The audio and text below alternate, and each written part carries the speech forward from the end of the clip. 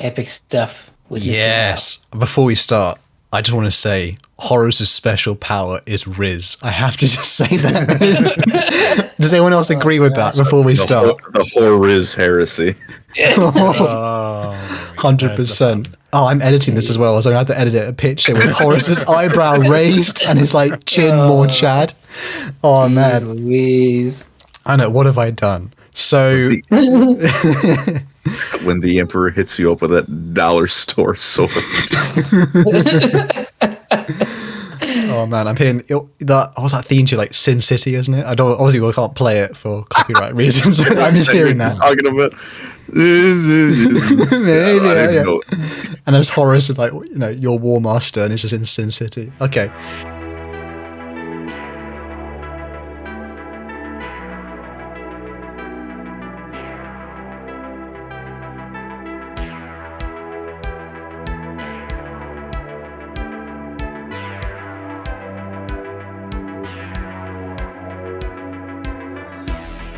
Hello, Lore Criminals. I am Hal the Amber King, and I'm here to ask the question of the week.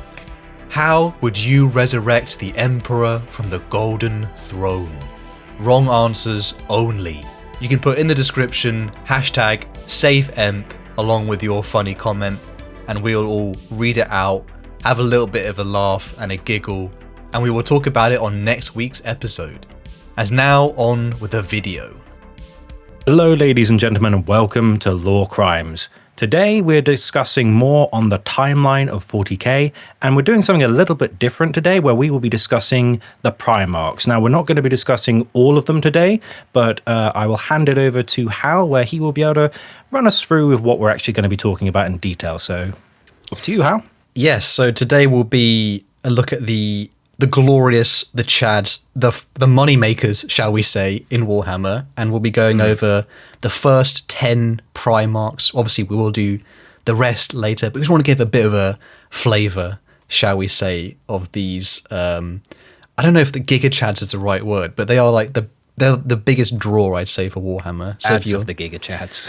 the Chads of the Giga Chads. They are literally that meme, but even more square jaw, like Minecraft jaw. His jaw has a jaw. The Gigaist Chads. The giggiest. I couldn't get the word out. I'm thinking of a Quagmire. So today we'll be doing the good old Primarchs, and I'll hand over to Eli to give us the beginner section and our introduction to the best part of Warhammer lore. Take it away, Eli. Thank you, sir. This will be a very quick beginner section because I don't want to take too much away from what Hal's already going to be saying. So basically, the Primarchs, as you said, are the Giga Chad, genetically engineered demigod sons of the Emperor himself, which he created around the 30th millennium. He created them to aid in his Great Crusade, but before that, the Unification Wars even. Unfortunately for him, they did not really stick around for the Unification Wars because the powers of Chaos, or Urda, whichever, it's technically Urda, I guess, scattered. Yeah, she literally took the kids in the divorce papers, and it was a big mess for the Emperor. She scattered the Primarchs because she saw the Emperor becoming this, dictatorial war obsessed guy, which, I mean, what else do you think you're creating these 20 super soldier warriors for? But whatever. to be fair, he's not a great dad either, but I don't think tossing them into hell was the right move. I've heard of throwing the baby out with the bathwater, but that's taking it to a new level. Yeah. These were the Emperor's greatest creations, though, and he put an incredible amount of meticulous, perfect work into them, using him and Urda's DNA to create these, like, almost godlike beings, demigods, basically. They're faster and stronger and taller and bigger and better than a regular Space Marine in a million different ways, and they all have their own unique powers. Some have crazy psychic powers, while some are even stronger than the others, while some have incredible charisma. Things like that, but they were all scattered throughout the galaxy, and each landed on their different planets, except for one. No, he was still. He just was really close. Yes, they all landed on their own planets, and then were subsequently raised on these planets. So they all grew up in different cultures, which made them all very unique. and different. Some of them came to conquer these planets. Most of them did, though. Some of them were not so lucky and had a very bad time. We'll talk about him in the next episode, I think. Him. Today, We all know who it is. And then Actually, it's more than one. Perturabo, which is always unfortunate. yeah. So mean to Perturabo. So today we're only going to talk about the first 10, which means the first 9 because one of them isn't around anymore, and he never really was. So Oops. I'll say the names, and then I'll let Hal describe them in a bit more detail. We have 1st Legion to 10th Legion, going from Lion, and then 2nd is Redacted, and we have Fulgrim, Perturabo, Jagatai Khan, Leman Russ, Rogel Dorn, Conrad Kurz, Sanguinius, and Ferrus Manus. And I think that about sums up the Primarchs as a very general statement. Let's get into more nitty-gritty epic stuff with Mr. Yes. Before we start, I just want to say Horus' special power is Riz. I have to just say that. Does anyone else agree with that before we start? The Horus heresy. 100%. Oh, I'm editing this as well, so I have to edit a picture with Horus' eyebrow raised and his like chin more Chad. Oh Jeez man. Louise. I know, what have I done? So When the Emperor hits you up with that dollar store sword. oh man, I'm hearing that. What's that theme to like Sin City, isn't it? I don't obviously we can't play it for copyright reasons. But I'm just hearing that. Talking about. Maybe, yeah. Know. And as Horus is like, you know, your War Master, and it's just in Sin City. Okay.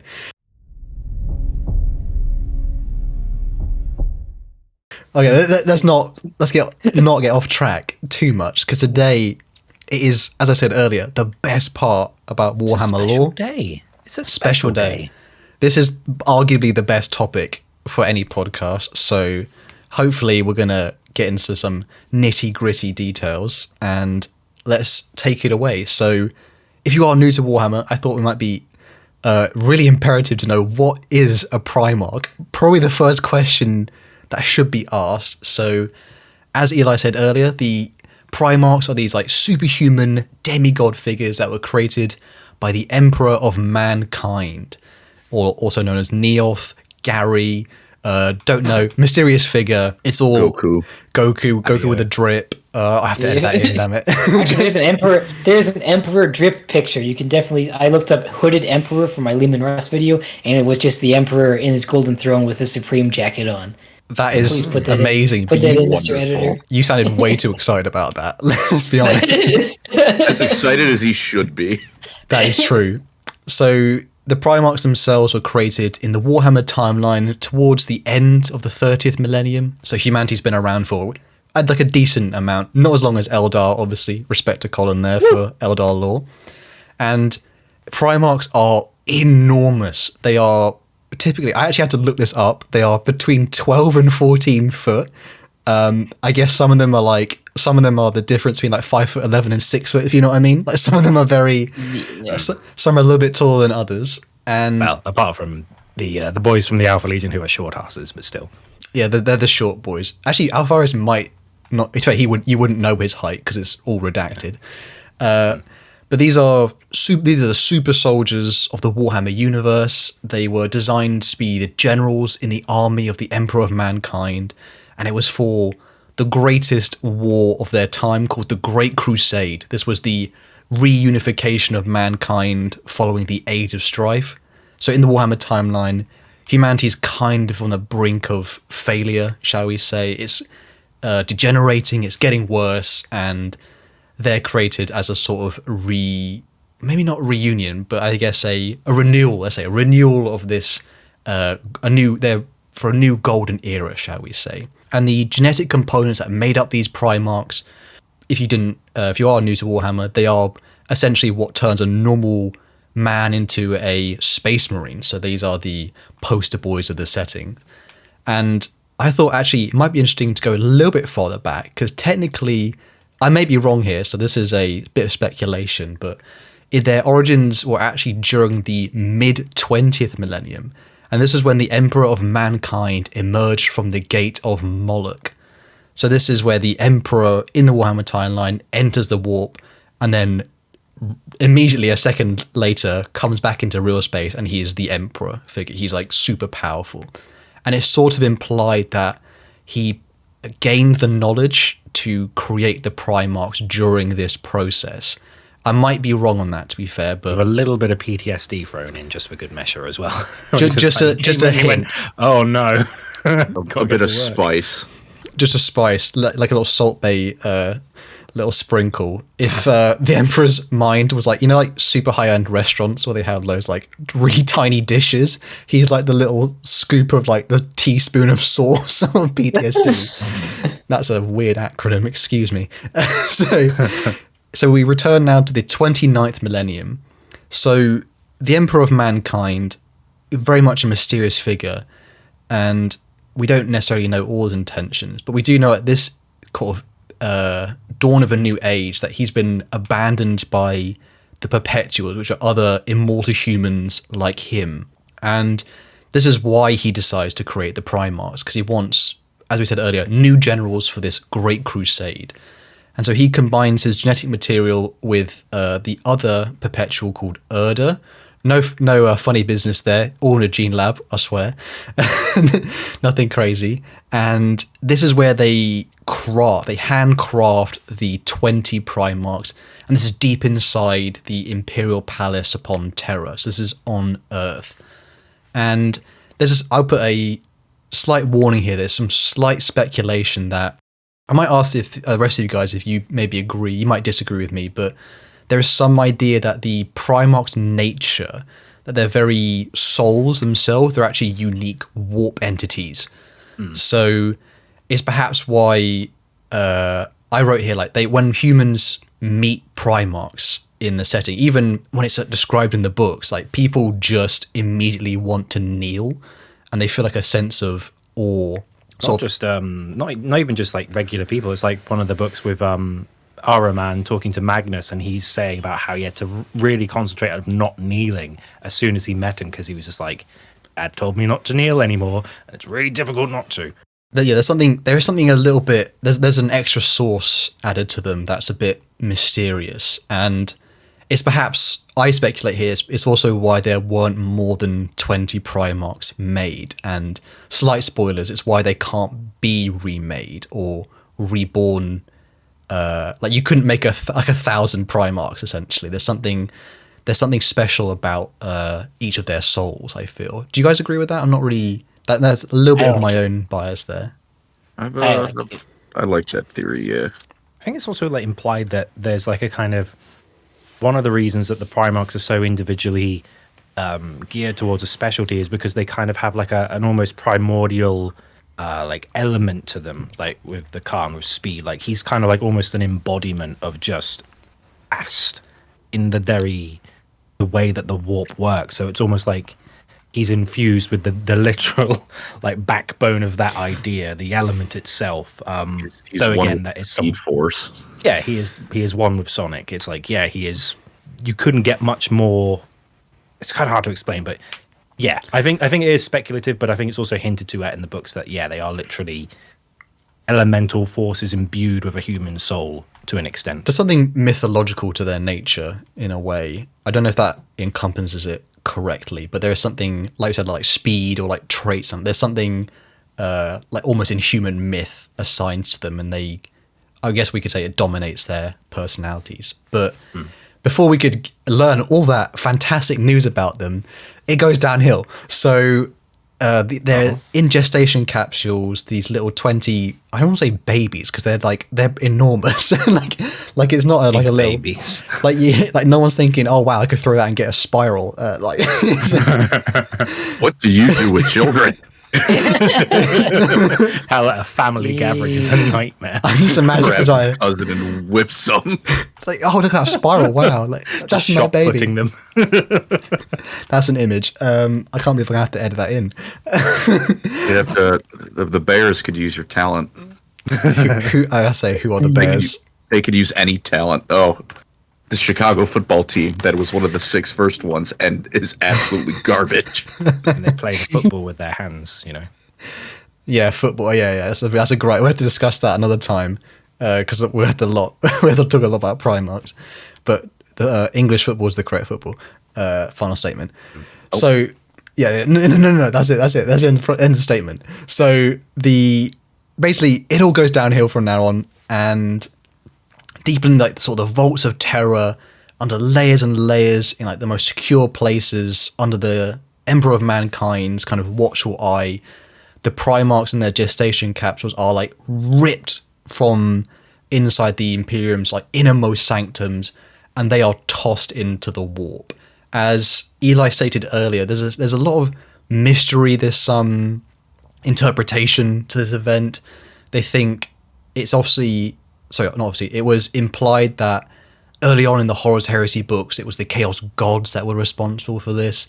But there's also kind of more revelations about Urda, the other Perpetual. She might have intervened, or there's the truth of it is kind of a little bit up to interpretation. But isn't there also a bit where like some word bearers go back in time and they're kind of in a weird, they observe like the laboratory, and they're not really there, but they're just observing, and they kind of see the opening stages of that. It's like it's all very all over the place. It's implied like through that book, if you are new to Warhammer, this is implied that some Space Marines during the Great Crusade are actually responsible for the scattering of the Primarchs as they start to learn about chaos. But I actually think, in my own personal opinion, that was a lie, and it's actually a vision like shown to them to help them turn to chaos. I don't think that actually happened. Mirage. Kind of like, I guess it'd be spoilers for Horus, so I'll keep my mouth shut, actually. Not spoilers, but like what they showed him. Kind of. Yeah. So it was a future in which like may or may not have happened, or it was a possible sort of event, and I think that might have been a lie. But so the Primarchs themselves, all 20 of them, in the little cute, I don't say cute pods, it's not really cute, but like the little like archaic like warded psychic warded pods, they're ripped and they are thrown into the warp, the realm of madness, the kind of reflective mirror dimension within Warhammer, where basically nothing kind of, if something good comes from the warp, it has like a little, like there's always something bad with it. It's kind of like Marmite, you know what I mean? You either like or you hate it. And so today we'll be covering the first 10 Primarchs and their kind of story about where they landed, and a little bit more about how their homeworlds kind of forged them. We won't be going into, we're essentially going to end at the point at where they will meet the Emperor, because this is about sort of their early life, shall we say. So, good evening. Go back to your own country. What the fuck did you just say? Am I devious? Yes, I think I am. She speaks the bullshit. First one out the gate, as Eli mentioned earlier, we're starting with perhaps the most handsome Chad in all of the setting. We have the Lion, Lion L. Johnson. Keyword, loyalty. He actually, I think he's pretty cool, to be honest. I only learned about him more recently, and I think, competent Primarch, it's a bit refreshing. King Arthur. Very much so. So it's him and Gilliman. Or which one is more competent? That's the bigger question. Oh, which one of them is awake? You got me there. You got me there. You can't really beat that. So nice. The story of the Lion is, so at the time he's the first Primarch, so he's subject number 1. So he lands on the forest world called Caliban, and uniquely to a lot of the fate of the other Primarchs, he was alone. So he landed, like he rocketed in, and he landed deep inside like the remote jungles of Caliban. And let's just say Caliban, not the friendliest. It's not the Fresh Prince of Bel-Air. It's not labeled as a death world. Death world. Yeah, it's definitely the beginning of the Fresh Prince of Bel-Air, but in reverse. He goes to the worst neighborhood. Yeah, this is my pod crashed down. Yeah, this is that's a. I can't believe I brought that reference. That's not even in my notes. So he lands on this world, and the forest itself is full of really like monstrous and creepy kind of. It uses the word specifically, tainted creatures. It's a very like forest is the nice word, but it is a nightmare of a forest. Let's just say it's not a pleasant place to like live. And he actually spends the first decade of his life completely alone. He's essentially a feral beast. He's in the wild, like hunting and eating by himself. He isn't hardcore Tarzan. pretty much. He's like Bear Grylls, but the real like hardcore, the actual real? program, the real Bear Grylls. And this sort of, again, I said earlier, continues for a decade until he meets a human. So one day, the humans of the world, they actually find this. There's a story of how the first Primarch is found by the humans, and they find him like this injured little creature. It's like full of mud, and he's just like, they think he's like a disgusting, like another one of the beasts, but they actually, to their shock, it was a human being, and obviously not just a human being, kind of slightly quite enormous human being, slightly So they bigger shocked him, proportion. didn't they? They did, and this was found by the man named Luther. He's very important to the Lion's story himself. Spoiler, he's called the Lion. So Luther is a human who is part of the knightly orders of Caliban. So Caliban itself is a semi-technologically, that's a bit of a mouthful there, semi-technologically advanced feudal type world. So they have a kind of, I guess like best way to say it, feudal system. There's like serfdom and things like that. They do have some advanced technology. They have like mentioned like power armor and things like that. But again, they follow like a very old doctrine, shall we say. And Luther is actually the man who takes the first Primarch in, and he names him Lion L. Johnson. This is where he gets his name, the Lion. And he sort of is guided, he's nurtured by Luther. He essentially grows up in like in our own world, like a holy order of knights, essentially. So that's like the Lion's upbringing. It's very much just martial. Raised by like the Teutonic Knights or something. Essentially, yeah, very much a kind of, I wouldn't say a normal human existence, but that's too far. But he has a very different kind of upbringing. And I think Eli, when we were actually talking about this, Eli mentioned a really funny tidbit. He mentioned how when Luther first saw him, the Primarch filled him with more dread than any other monster, because that just shows you that when you do see a Primarch, they are actually like properly intimidating, and they're not it's not just a big human. It's actually like, oh, this thing could like break me in half. And the Lion growing up, he was exceptional. Primarchs themselves can learn. I said earlier that they're stronger, faster, smarter. He picked up language like super quickly, and he eventually became the leader of all the various knightly orders of Caliban. They all united under his leadership, and they enacted I put quote unquote crusade to purge there's a certain theme of crusade, shall we say, in Warhammer. Father like son. So he enacts a crusade to purge the monstrous beasts of Caliban once and for all.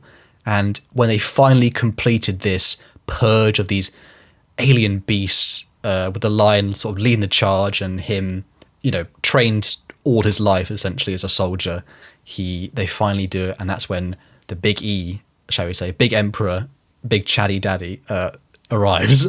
And just a sort of small description, kind of what the Lion is. I think I said to Eli as well, like, I remember listening to Major Kill's videos, and he said he thought the Lion was black, and then I thought that was for the longest time too, because they don't actually like often tell you the description of certain characters in Warhammer. So I thought I'd give a little bit of like a kind of rendition just to visualize him if you are an audio listener. So first trait, he's enormous. He is huge. He's actually quite fair-skinned.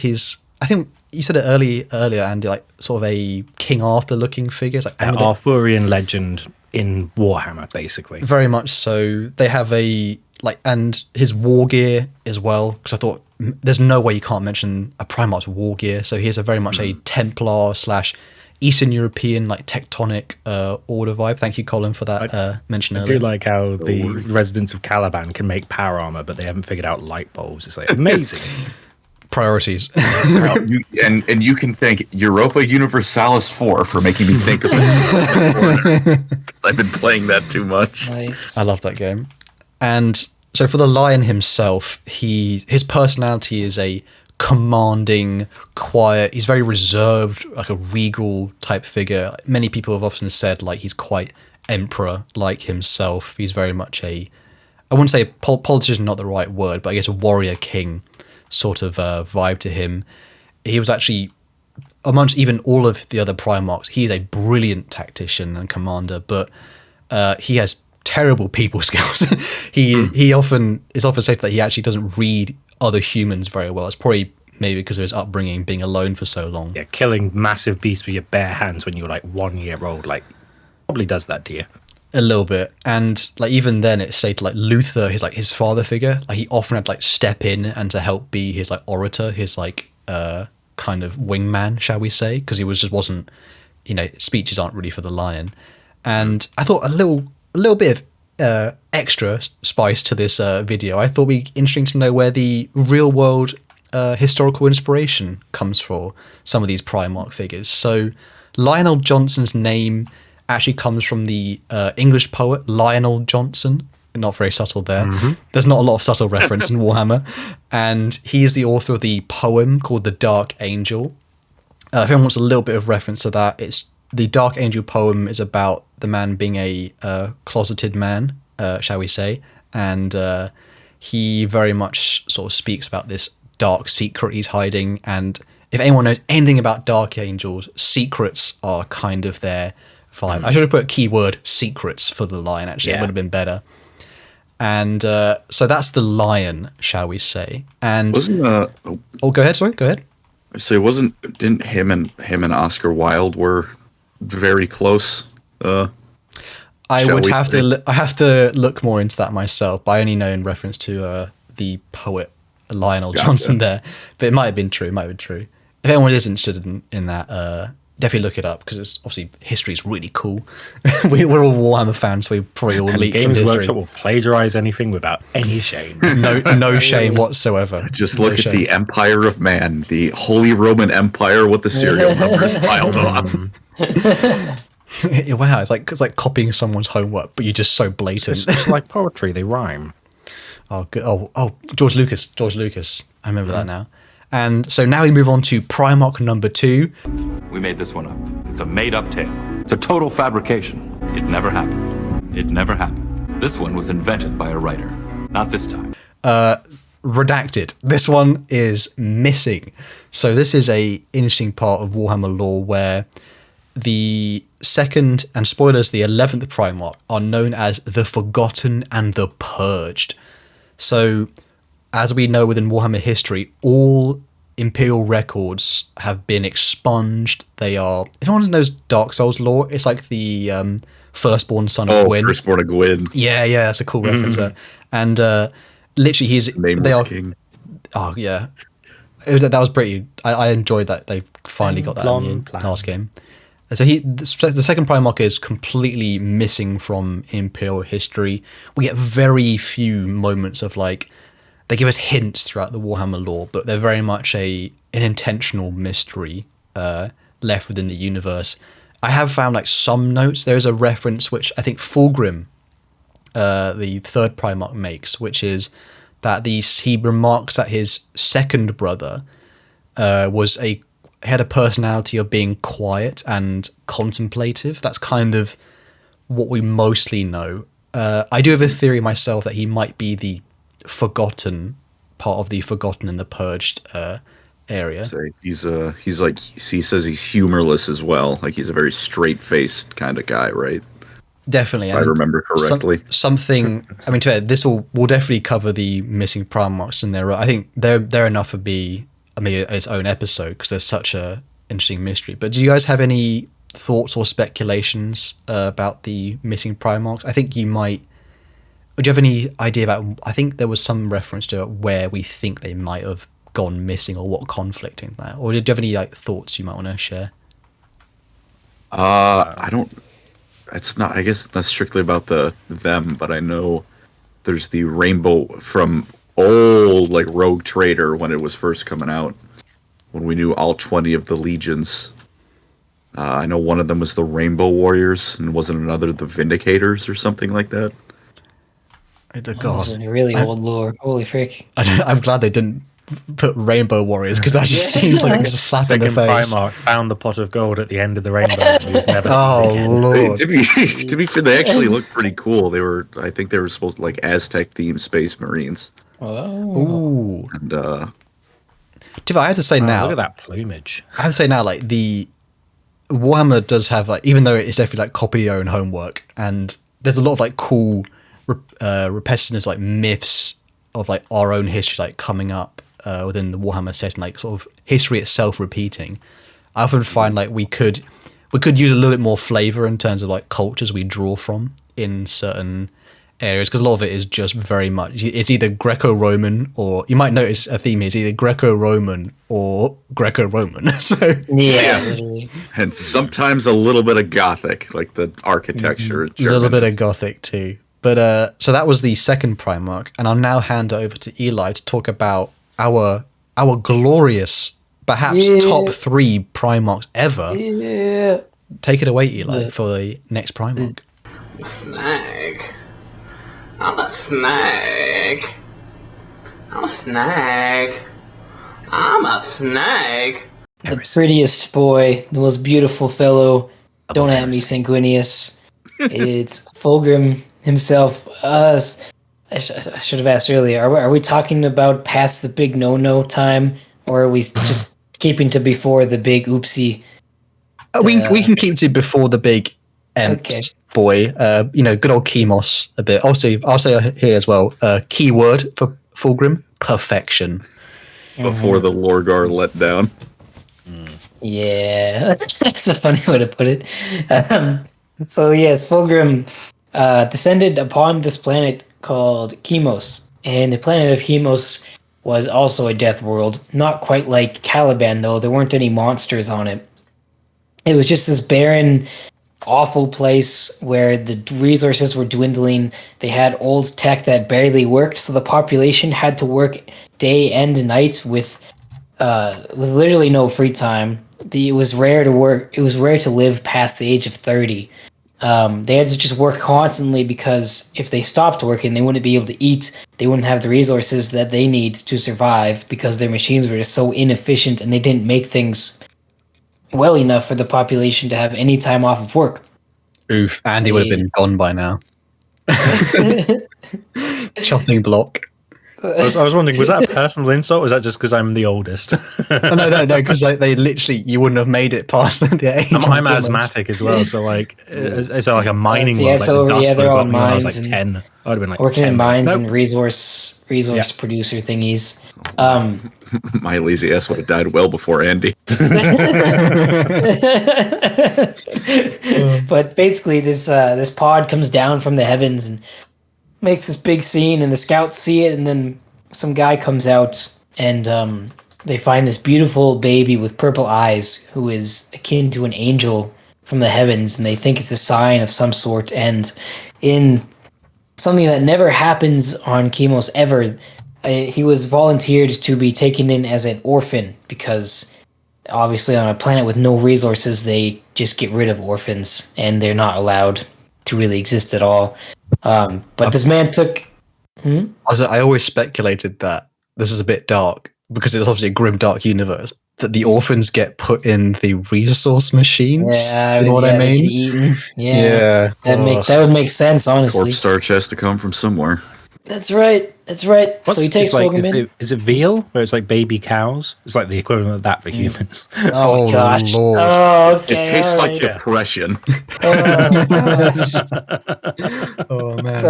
So they take Fulgrim in, and he grows quickly, obviously, like all the other Primarchs. But he's just a guy, so he goes and works in the mines with them. He starts at the very bottom, which is a really cool part about Fulgrim's story. Is he starts at the very bottom and he goes to the very top. But he starts working in the mines. He's way stronger and way better than everyone at literally everything, because he's the perfect being to ever live. And so he's able to put a lot more work in than the others. And he's also a technological genius, and he's very good at forging and creating things. So he starts to improve upon their resource production machines. And ever so slowly, the people in his area start to actually have a net gain of resources, which has never been seen before. And eventually, Fulgrim works his way up to the very top of society and starts traveling around the world with teams of engineers to improve everything.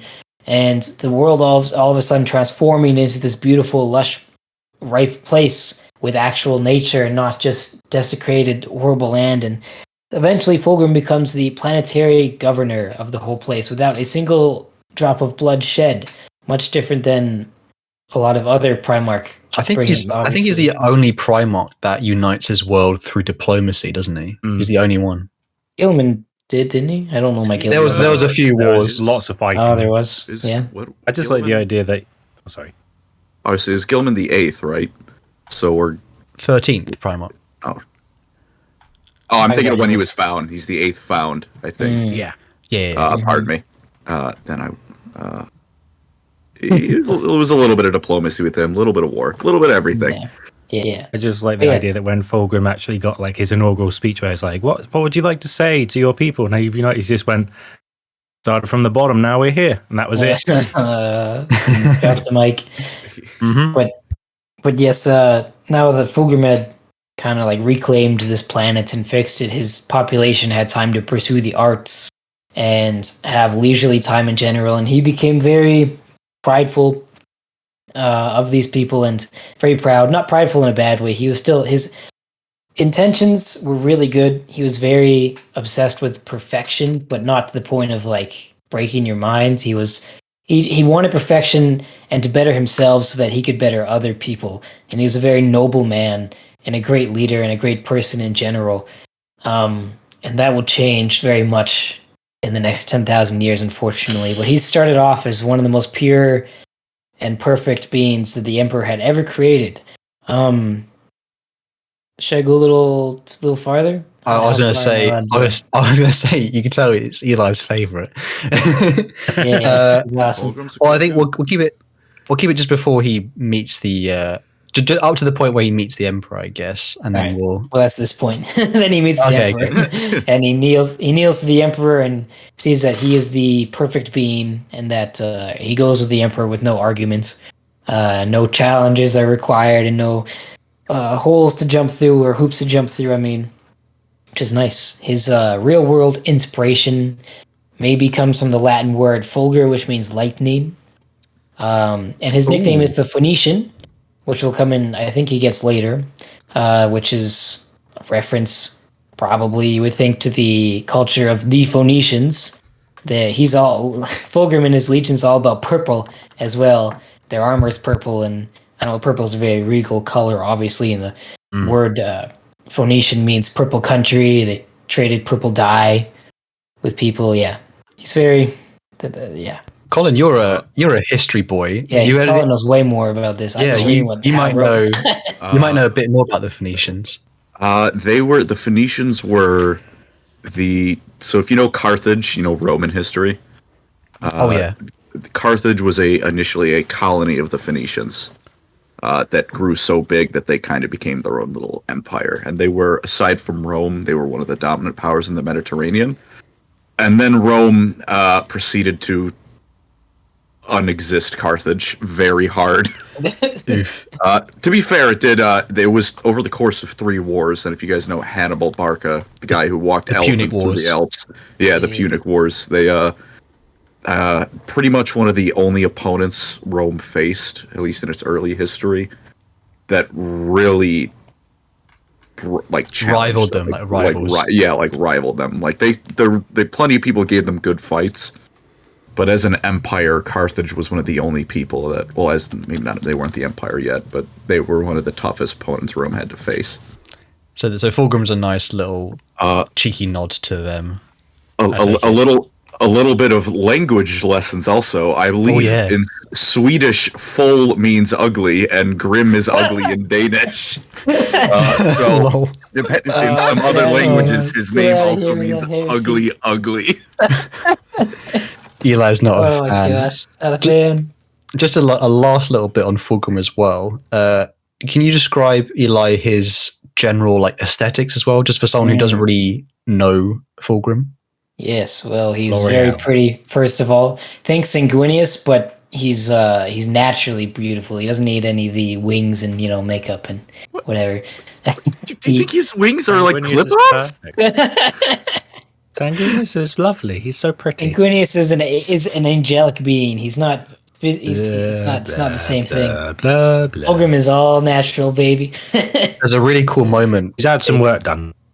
A little touch up. There's a cool moment just before the Council of Nicaea in Warhammer, where Magnus the Red, the Primarch, he's entering into like the kind of council chambers, and he actually sees it's described as Fulgrim and Sanguinius arm in arm, like laughing together, approaching. And I just imagined, like, if you're a mortal human seeing that scene, you'd actually die. Because that would be amazing. Yeah, Fulgrim had a lot of good relationships with his brothers for quite a while, but he, yeah. That doesn't end well. Exceptions. I might have to disagree that he's perfect.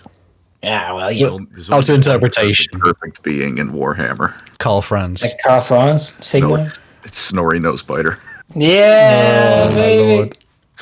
I'm I going to look that up. Nosebiter voice. We need some Snorri voice line soon.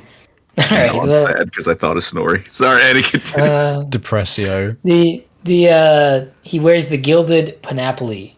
I think I said that right. It's just Penelope? yeah. Penelope. Penelope Cruz. It's basically just this very intricate, master-crafted purple artificer armor with gold and jewels, and it's bling. like, yeah, he's very blingy. It's very, very pretty. He has long, flowing white hair. It's all beautiful. Fulgrim is like L'Oreal mixed with Gucci. That's Fulgrim. That's actually perfectly describes him. He wears the red cape and Perfect. everything. He's got the eagle on his shoulder pad, and he wields, or used to wield, a sword called Firebrand, which was like an ever blazing sword, kind of like the Emperor's sword, but smaller, I guess. Well, we've had pretty boys here though, but I'm so sorry that we have to now talk about something a bit more uglier, shall we say? So we're going to talk about. Savage. I'm just going to be honest. So, Dude, what's all that stuff you're grabbing? Tools! Tools! Duct tape, zip ties, and gloves! I have to have my tools! we now move on to the fourth Primarch. So this is Perturabo. Keyword iron. So the story of the fourth Primarch was. This will repeat a little bit. So the gestation capsule is rocketing from orbit. That happens a lot in Warhammer. People might notice a theme. So the fourth Primarch lands on the world named Olympia. And this is an extremely mountainous place full of rugged terrain. And the people of this world are inhabitants who live in warring city-states. It's kind of a... not even a subtle nod to ancient Greece. So Greece. It's just Greece. It's Greece. Yeah. Yeah, a Literally little when you bit. said, Olympia is this mountain, it's mountainous Olympia. Little bit, a bit of a silent nod there. Not everyone might catch that. You know what I mean? So Perturabo was his name, and uniquely amongst all of his brother Primarchs, the fourth Primarch he knew his name instinctively. Like he didn't get named. Fulgrim was named. I think was it from a Chemosian deity. Lion. Or his name meant something. I forgot what his name meant. Yeah. I think the lion was obviously nicknamed or given name by Luther, but Perturabo knew his name, and he crashed into the mountains of Olympia. And for the beginning of his life, he was by himself. So he was kind of like a little feral creature, kind of like the lion, but not. You'll see why it's not really like that. But he was roaming. He started to find livestock. He ate it barehanded, I assumed. And he would even fight little monsters and serpent creatures upon this weird craggy terrain. And he eventually he started to explore further down the mountain, and that's where he found humans. And the first time he kind of interacted with a human, he actually went up to a local village blacksmith, and he used words. I remember in the Primarch book, he sort of used words he just heard, but he knows what the words mean as soon as he hears them. But his language is really basic. and he just starts to forge himself a weapon. And uniquely for Perturabo, he just knows how to do it. It's almost like the information is kind of on his like very DNA. So Perturabo, the fourth Primarch, unlike I think Fulgrim probably learnt as he grew up, but Perturabo just knew what he was doing. And the kind of story about this incredible, special, kind of slightly enormous child, I always find that image quite funny. Like this massive child in the mountains, and it's not terrifying. And this story found its way to Damikos, named the Tyrant of Lokos, and Lokos is one of the warring city-states of Olympia. And he took in Perturabo. So Perturabo was obviously a Primarch. He was incredible, and Damikos immediately, as the tyrant of the city, literally a tyrant, obviously ruler of the city, he made Primarch his adopted son. So Perturabo got an education. He was given materials, given kind of anything he wanted, really.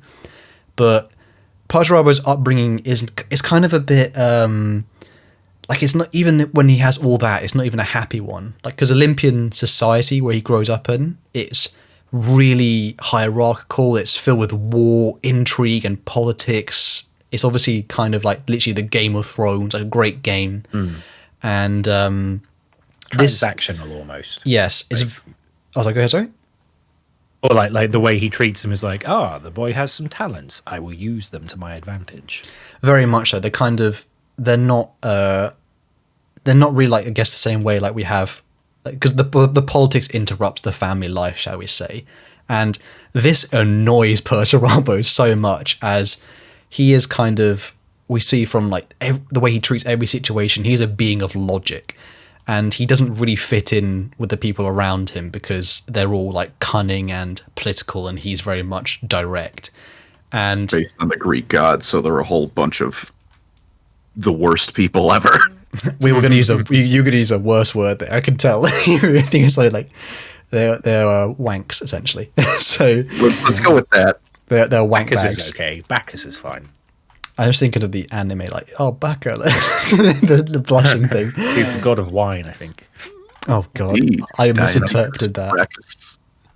I made an anime reference. I'm so sorry for that historical fact. Now he's the weeb and not me. Yikes. But now. So Perturabo didn't fit in, even to the extent that he didn't even take an Olympian name. Like, he wasn't. He literally said, I will be Perturabo, and he kind of like snubbed a lot of the Olympians that way. And his kind of inbuilt genius, his aptitude for architecture and like sculpture work was eventually directed towards war in a place like this. And kind of unlike the rest of the Olympians, Perturabo was, as I said earlier, he was direct. He didn't, there was no diplomacy or politics. He built the machines and he took down the walls, and with brute force he conquered Olympia. And kind of, so for the aesthetics of Perturabo, because I actually think he looks quite cool. And again, point one, he's enormous. He's a chunk, absolute unit of a man. And he has a slightly tanned skin, kind of Greco, like obviously it's Olympia, it's Greece essentially. He has like himself like Greco features, kind of like dark hair, and there's like with like his war gear. It's just like, hey Perturabo, when you go into battle, do you want to carry a warhammer, a Gatling gun, a massive turret, a cannon, or like a sword? And his answer is just yes. And he's just got all these guns and everything. He's kind of like if BattleTech was meant to fit in a human form, if you know what I mean. It was like meant to say put the BattleTech robots and put them on a person. He's a unit of like a mix of, I think even I can probably get away with saying that some of his armor has some Roman Greco design to it, but a lot of it is kind of brutal tech, just a weird it's hard to describe it in a succinct way. It does have that pattern on it though, like in Hercules where they've got the vases and they've got that kind of angular kind of swivelly design that goes around them. He's got that kind of pattern. So there are like those Greek symbols, but they're kind of subtle. Also stripes. Yeah. Lots of stripes there. And his... Oh, go ahead, sorry? He's definitely got the Steiner Scout Lance of 4 Atlas mechs, which if you don't know what Battletech is, imagine a scouting force consisting of nothing but Warlord Titans. Yikes. And so his personality, you probably get a hint of what it was, but he is a blunt, brutal, deeply like logical being. Perturabo, I think, is a kind of nice counter to him, that he himself actually loves to be an architecture. There's even like a cool reference, even during the Horus Heresy. Like I think Fulgrim delves into his mind and he tries to find what Perturabo's dream is, and his dream is literally just him being an architect in an age of peace. So he's actually got quite a... Or even the bit where Magnus and him are in a book, and they're just walking through, and Magnus goes, "Oh, is this your workbench? Look at all these gadgets you're working on." And he's like, "Yeah, I'm working on some stuff." He's always like, he never wanted to be a general. He just wanted to make stuff. Yeah, actually, I'm going to shameless plug, because I actually have that exact excerpt read out on my Magnus video. Shameless plug there, but it might as well. And the unique kind of... I found this quite interesting about Perturabo himself, where Perturabo knows instinctively about technology designs. He's never designed anything. He just had the blueprint in his head. So there's actually a weird kind of insecurity about him, where he actually he never invents things. He actually just kind of regurgitates designs. So he actually he doesn't really have an artist soul, if you know what I mean. He's a living STC. That's actually perfect. Living STC. For someone who doesn't know Warhammer, STC is a standard template construct, kind of like a build anything device. You basically put in the ingredient. It's kind of like what's the Minecraft equivalent? It's a Lego master builder. Pretty much, what are those things in Star Trek where you just go like coffee and he just builds one? You're like, oh, how to do that? I don't know. Oh, the food thing. Or they just need to go like, I need this, and it just makes it from like atoms or whatever it is. I can't remember what it's called. Kind of. I know what you mean, but I can't remember the name of it. But there's like a last sort of facet of Perturabo's personality, which is paranoia. Some of this is from being raised in Olympia, assassins and cutthroats, but also ever since Perturabo kind of came to consciousness, he could always look to the sky and he would see the warp tear called the Eye of Terror, and it kind of always made him unnerved at times. He wasn't always trusting, because he always felt like he was being watched, which obviously I think everyone behaves differently when they're being watched. So he was very much a little bit, I won't say not insecure, but a little bit off. He had his shoulders were stiff at all times. And the inspiration for Perturabo is actually... There is some speculation here, because it may be slightly obvious that his name kind of sounds like the word perturbed, which, no one would have guessed. I can't believe, wow, completely out of the blue there. Which the guy named Perturbed is perturbed a lot. he is slightly perturbed, Arabo. And it also, it might be a reference to the motto of the author / ocular, I don't know how to say the word, but ocularist called Aleister Crowley, Perdurabo, meaning I shall endure, which is Aleister Crowley's quite a weird figure in if anyone's read some of his stuff. He's, I guess, ocularist is like a kind of a weird, he delves into the mysteries of the universe and things like that. It's a bit of a strange great Ozzy Osbourne song as well, Mr. Crowley. Oh, I didn't actually know that. That's quite cool. But so now we leave the slightly iron-faced, craggy-looking man, and we now go to perhaps the fastest Chad in all of Warhammer. So now it is the fifth Primarch. Dying the life of a true Brexit geezer. Rev up the Bugatti. Jagatai Khan. Keyword: freedom. So Andy will probably dip in a lot on this one. So the fifth Primarch, he roared out of the warp in his gestation capsule, and he landed on a planet called Chogoris. best name of all the planets, I have to say, by far. Chogoris just hits different. You don't like Barbarous for being so barbaric? You were hitting that, and then like the horse picture of like someone said like how Game of Thrones seasons went, and the end of the horse is drawn really badly. That's what I think. I need to find that picture for this. And so Chogoris itself is a feudal world. It's dominated by kingdoms. It's also called Mundus Planus, I think, but that might be the Mundus Planus is what the Imperium calls it, but the people who live there call it Chogoris. Or the ones who won. You'll see what I mean in the end. So there's lots of kingdoms, but there's also steppe tribes in this great planet. And it's actually, they only have one continent, I think, don't they? Like one big F-off continent. It's giant. Big boy. And Chogoris itself at the time of the 30th millennium is essentially they have black powder weapons. They've kind of not got much going for them. And it was in the sort of western end of the big continent on Chogoris called the Empty Quarter. It's where the 5th Primarch roared in and he crashed down into this sort of massive steppe land. And he was found by a tribe and they actually adopted him. They took him in, and this was all under the leadership of his now adoptive father called Ong Khan. I actually can't remember the name of Jagatai's like original I have his name. Do you know his original name? His original name was Ketugu Suogu. Ketugu Suogu. Well, that was his given name. He didn't, unlike Perstraba, he didn't recall a previous name.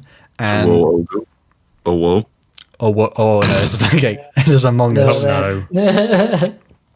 So he was taken in by this steppe tribe. He was raised upon the steppe land, and it was a tribalistic life. He was hunting, riding. I feel sorry for that poor horse. It's like, does anyone know what's the boss in Elden Ring? Is it Radagon when he like near the horse? Radahn. To be honest, the horse that's had the worst time in video games is probably Epona from Ocarina of Time. Like, she's been through a lot. How many times can you kick a horse? Leave her be. He's been through a lot. To be fair to Radahn's horse, he learned gravity magic, so the horse wasn't in pain. In his spare time. I don't think Jagadai Khan learned how to use gravity magic. I think that horse just suffered. I know, but let's be honest. When you see that horse, it is struggling. It does not look good. And so Jagadai and his struggling horse, dare I say, and other pastime of the steppe tribes was war. As we all know, nothing makes steppe life better than war. And so he was growing up in this kind of tribe. He had a life of the key word was freedom, because on the steppe tribes with the wind in his hair, good old Jagatai, he loved the kind of open plain, shall we say. It was literally, it's sung in his blood. And all of this was glorious until the day when his father, Ong Khan, was poisoned by their rival tribe. And this was not good. I hope everyone agrees with that. Not good. And Ong was a nice guy too. I know, that's the shocking part. Which is like, oh no, there's not many Primarchs who have nice dads. When they do, they're actually really nice. I know, that's actually kind of heartwarming. I think Gilliman's got a nice one too. And Connor was a cool guy. So Jagatai, he rallies his tribe and they utterly crush their rivals, but they actually absorb the people into his own, so he starts growing. And these are now coined the Talskars. They are, I can't remember exactly what Talskar means, but I think it's something to do with a belonging sense of the, obviously scars will come up a lot, funny enough, when we talk about Jagatai Khan. That'll be a thing to look forward in the future. Love a scar. And but this was not just a life in the steppes which was ignored. So to the east, the Palatines, which are the city empires, they heard rumors of this like kind of growing horde, and they attempted to kill Jagatai because, don't let a threat build up. Good luck. It did not go well. But so they attempted to kill him quite a few times, but there was one attempt where I think even they actually had an avalanche that tried to kill him as well. They tried to literally bury him alive, and many of Jagatai's friends and fellow Chagorians of his honor guard, they were killed, but he lived. literally like Kill Bill. He like punched his way out of the ground, and he joined back up with his Talskars, and he was then proclaimed the Great Khan, and he united all the tribes of the steppe, and with a massive army of thousands of Chagorian steppe horsemen. You can imagine how terrifying that is. Obviously, if anyone hasn't noticed yet, this is slightly a reference to a certain Genghis Khan, or no, Genghis Khan. And perhaps the only time in Warhammer history, the Warhammer guy's a lot nicer than the real one. That's actually true. And they launched themselves at their Palatine, and they completely, even though this was an age of black powder technology, they outmaneuvered their forces completely. They had heavy plate, kind of traditional. Obviously, it's a reference to medieval warfare. You can imagine. I think of poor Hungary, Kingdom of Hungary. They had walls as well. Like Jagatai and his guys were living in tents in the plains, and these guys had like a big fortress sort of thing. Funny enough, we're going to mention walls right now. So, as they approach these walled cities, Jagatai made one offer, which is surrender or death. And so, the ones that did surrender, they were treated generally quite well, but then obviously the ones that rejected it were annihilated. And he conquered all of Chagoris. But the interesting thing about Jagatai was that the lifestyle of the kind of horde Mongolian style, like steppe existence, was actually something he didn't give up. He decided to kind of, I think it's even said, you might know this, Andy, I think he says it in the book, like what would happen if you'd conquered all of the kingdoms or the Palatine. I think Jagatai said they would just release them and let them go, and then maybe conquer them again one day. I think it's like that. He is also, the timing of the Emperor meeting him was really good, because he'd taken over the whole world, and he was like, I don't want to be the guy in charge running it. I want to be out hunting and doing my own thing. So then the Emperor comes around and is like, son, so I'm doing this thing called the Great Crusade. I need some generals. Do you mind getting your guys out into the galaxy and, bringing some worlds into compliance? He's like, galaxy? Yes, please. And he willingly went, no, I'm not going to be in charge anymore. Emperor can do that, and I can do what I want to do. And I can achieve his goal, which is what I want, which is to bring humanity back together as a cohesive whole that all follows the same rules and can be free. Very much so. So he's like free-spirited, isn't he, in his own way? And the kind of lifestyle he really wanted to have was actually not. It was so far from what an emperor figure was like. He actually kind of, funny enough, disliked emperor figures. And the aesthetics of Jagatai, because this is kind of, he definitely has one of the cooler. All the Primarchs kind of look cool, if you know what I mean. But Jagatai's got a really unique. Like even his war gear, I mentioned a bit. His war gear is like some of the best out there. But himself, he was first point enormous, as we say. That's going to come up a lot. He had slightly tan skin, Mongolian, Asian features, and his war gear, which is my favorite part, which is essentially it has no place in a futuristic setting of like sci-fi fantasy. But he's like the proper, like, is it Talwar?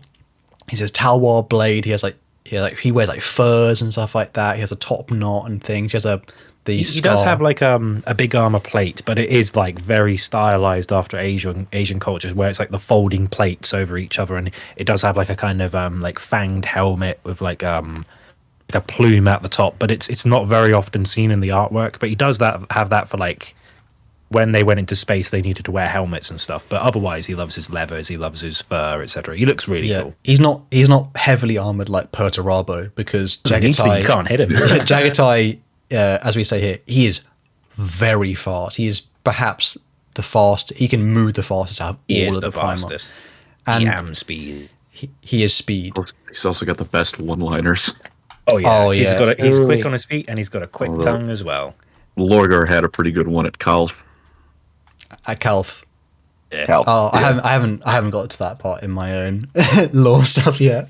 Shame on me. When we get to Lorgar and Gilliman, we'll bring it up. Enlighten Lorgar versus the Chad Khan. That's for the next episode if you are watching. We also actually have done a podcast episode on the White Scars, so we go even into more like greater detail. So definitely. I suppose we should mention that after this episode and the following one, we will do each Primarch individually. So don't worry, we will go into them into more detail. Oh yeah, this is definitely. the primer. This is just for if you know this is the starter, shall we say, the entree. So for Jagatai's personality, he is cunning. He's quite, I wouldn't say quiet is the right word, but he's very reserved. Reserved is much better than what I put. And he's also very wise as well.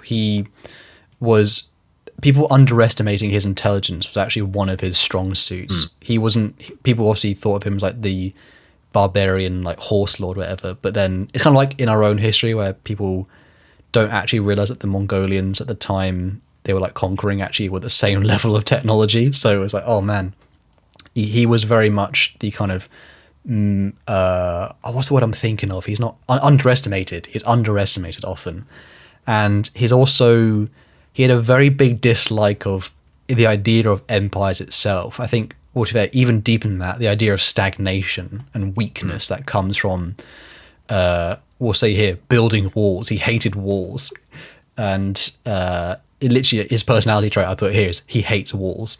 And he also hated people showing off and being like, look at me, Fulgrim.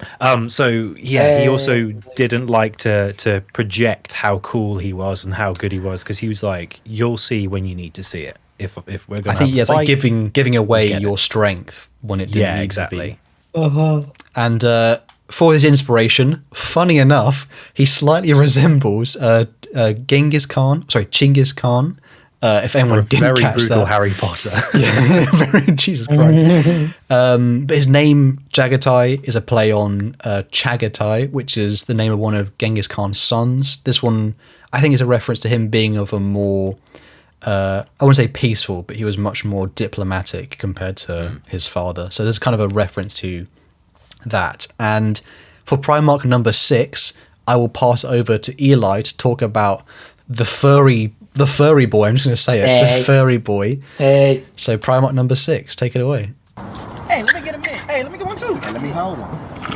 Yeah, that right there. What the dog doing? Yeah, Leman Russ, the Wolf King, whose keyword we had was fury. Russ, of course, in his pod, came down, landed on the death world of Fenris. This place was not nearly as nice as Jagoras. Fenris is probably one of the harshest worlds in Warhammer. Maybe that might, debatable, I guess, but it's certainly up there. It has very extreme seasons of freezing cold or magma shooting up from the ice, and there's krakens and big giant monsters, and everything is really crazy. But the people love it, so good for them. But Russ lands, and he is then raised by wolves, like Romulus and all the other guys from history and mythology. So he's raised by wolves, by a mother Thunderwolf with her cubs, and eventually, one day, a tribe of guys come by, and they basically kill all of the wolves. They get in a fight, and they notice Russ is a human being after Russ has killed almost all of them barehanded as like a 10-year-old kid. Not even. I mean, he was probably I don't know, 2 or 3 by now, but for a Primarch, that's probably around 10 to 12, maybe. So yeah, he kills most of them, but then they see, oh, this is a dude, let's not kill him. And he goes with them, along with 2 of the wolves that did survive, Gary and Frecky, which would accompany Russ into the Great Crusade and onwards. I'm not sure how that works. I guess just Imperium technology keeping his dogs alive, or what? Massive collars, bowls of water, and kibble. Yeah, I guess so. Immortal kibble. But yeah, Gary and Frecky go with Russ, and he joins the Russ tribe. And as he ages, he quickly becomes part of the Wolf Guard for the king there. The king also gives him the name of Leman of the Russ, which is how Leman gets his name. And Leman wins hundreds of battles and eventually becomes the king after the king dies of old age, something very uncommon in a place like Fenris. But when you have Leman Russ killing all your enemies for you, it's pretty doable to die of old age. That's honestly basically it. He becomes Wolf King of Fenris, spreads his influence across the world, and eventually the Emperor comes to pick up his kid from the soccer game, finally. And the harshest, not reception, the harshest, like, play area nursery. The harshest nursery in the galaxy. He was found really early on, if I remember correctly. He was the around the second same time as Primarch they Ferrus. Yeah, technically the third, but well, yeah, technically. Yeah. When the Emperor found him, though, he came as like a cloaked, mysterious figure and challenged Russ. So they had 3 challenges to go through. One was eating, and one was drinking, one was fighting. Russ actually beats the Emperor in a drinking contest, and he beats the Emperor in a eating contest as well. And now all the food and drink on this nice feast is eaten up, but everyone's still loving it. And the Emperor's calling him a pig. yeah. The final challenge, though, was that of combat. And of course, the Emperor beats Russ, knocking him out cold. And when he comes to, he has nothing but respect for the Emperor and is willing to go with him. That's lucky boy. Yeah, Russ gets a lot more stuff in the. Yeah, Russ's stuff is a afterwards. bit.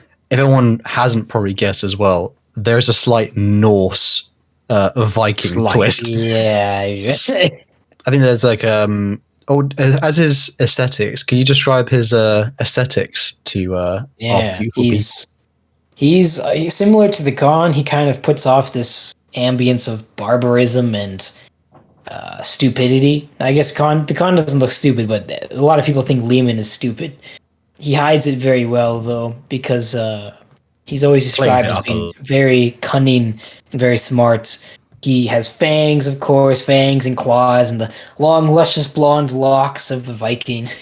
He wears his frost armor that is kind of a gray, light bluish, with runes etched into it to protect him against magics and whatnot. He wears the pelt of a wolf upon his back, and he wields the sword named Mjolnir. How original. Wow, wonder where they got that from. He also has the Axe of Hellwinter, and then he gets a very fancy weapon later on, but we won't talk about that till later, I guess. He has like 4 weapons. Doesn't he also have Kraken Maw, which is made from the teeth of a kraken? I think so.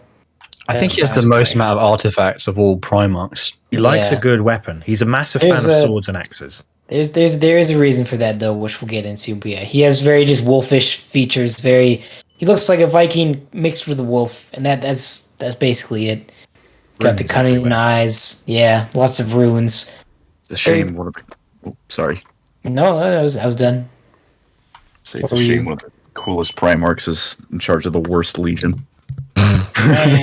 Everyone's so mean to the Space Wolves. They're funny. I like them too. He used to be the interesting 1,000 Suns. I am 1,000 Suns player. Nerd. I don't care. I got magic. But I thought, was it interesting? Like Lehman Russ used to be. It's a weird part of the lore. Like some bits of the lore, he's blonde, and some parts he's ginger. It's actually like one of the biggest, I guess, lore crimes. It's actually a lore crime. Jeez. Like in like early on he was blonde, and then like in the Primarch book, sometimes he's ginger. So there's a little bit of discrepancy to his. Depends what his like hair care routine is at the time. It's like just soaking it in Mjod or whatever. He is quite blonde in all the horse heresy pictures. Yeah, he's quite. Well, in a lot of the official stuff, he's blonde, but then I guess in the book he's like ginger, so it's confusing. Yeah. He also looks Nordic as well. He's Nordic as hell. His look. The Imperium's advanced enough that hair dye probably isn't beyond them. Knowing the Imperium, they were probably like, we need to purge all the gingers. I wouldn't put it past them. Oh gosh! Can't have too much diversity. Over for me. I think we have a small bit about his inspiration. I think as well. We have here. He's inspired by Kievan Rus. Kievan Rus. Yeah. The Vikings who settled northern Russia in the late Middle Ages. Possibly reference to Rus's people from the tribe of Prince Rurik. Colin, you got anything to say there? Yeah, we were hoping you might illuminate a little bit on the Kievan Rus if anyone's interested in that. I mean, it's kind of hit the nail on the head with it, with the Norse settlers of that general area of the world. If you'd like a little bit of further things I wish they would do, which is part of why I don't like the wolves, there could be something about the Varangian Guard, who were the Norsemen who essentially served the Byzantine, the Roman Eastern Empire. There's a name inside is it Hagia Sophia in Istanbul? Oh, yeah. There's someone who's written in Nordic runes. I think was something like was it Frinir was here or something, like Halfdan was here. Yeah, whatever it was. Yeah, it was like no one translated it like for over 1,000 years, and by the time we did, we're like, Viking Seeker, this could be some cultural thing, and then it's just like, Hrothgar was here or something like that. Like the equivalent of writing something in a bathroom stall. Awesome. It's the stupidest thing, because of language over time, we didn't know what it meant.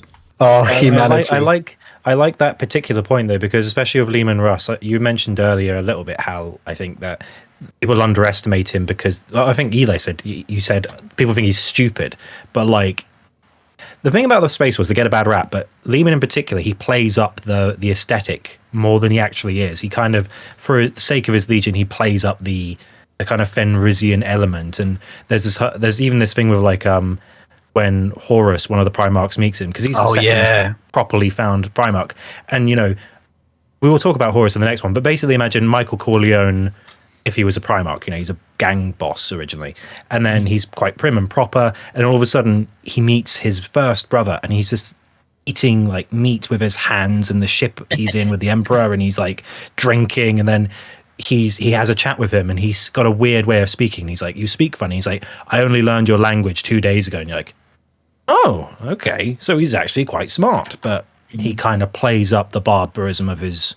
It's implied that he fakes his accent to be more rougher than it really is. So he kind of blends in more with his Fenrisian / basically Viking soldiers essentially. Leman Russ. If you are new to Warhammer, Leman Russ is, if you like Space Wars, you love Space Wars. People who play and they learn about Space Wars, because even reading some of their books, they're basically fantasy books rather than sci-fi. Especially the ones on Fenris. Shout out to weirdly Tolkien-esque in some respects. Very much so. They kind of shout out to Ragnar Blackmane, the first book of his one, because I read that and it's literally a fantasy book. There's barely any sci-fi until the very end, and I enjoyed that one quite a lot. But Space Wars, unfortunately, there's too much wolf and not enough Viking. There are no wolves on Fenris. That's a joke we'll have to explain one day. But sadly, we move on from the barbarian, the Wolf King, Leman Russ, and we turn now to... Hi there. Is there a project you're working on? I know more than you. All right. Our 7th Primarch. So this is Rogel Dawn. Keyword, fortify. There's literally no better word for him. I'm not going to have any arguments. Buzzcut is a better word for Rogel Dawn. He fortified his haircut. His mustache. Oh, he would look cool. Lemmy from Motorhead. He would look cool with a beard, to be honest. So the story of Primarch number 7 was that he landed on the planet of Inwit. This is not going to be subtle again in the reference. Welcome to Warhammer. And the planet of Inwit is kind of this... None of the Primarchs seem to land on nice worlds a lot of time, but Inuit's kind of similar to Fenris, where it's literally an ice planet, and it is it's just bitterly cold, and it's actually full of like sort of similar to Fenris, where there's like weird kind of creatures that are a little bit dangerous. Is not enough to kind of explain how bad it is there. There's a story about there's like 2 recruits trying to join the Imperial Fist chapter, and they literally get attacked by this thing that emerges from the ice, and it's like multi-limbed, and it skates and it runs like full pelt across the ice, and that's always in my dreams. Enough about that. So Rogel, his name was Rogel Dawn, and this was a name given to him by a tribe/clan system that inhabit the space on Inuit.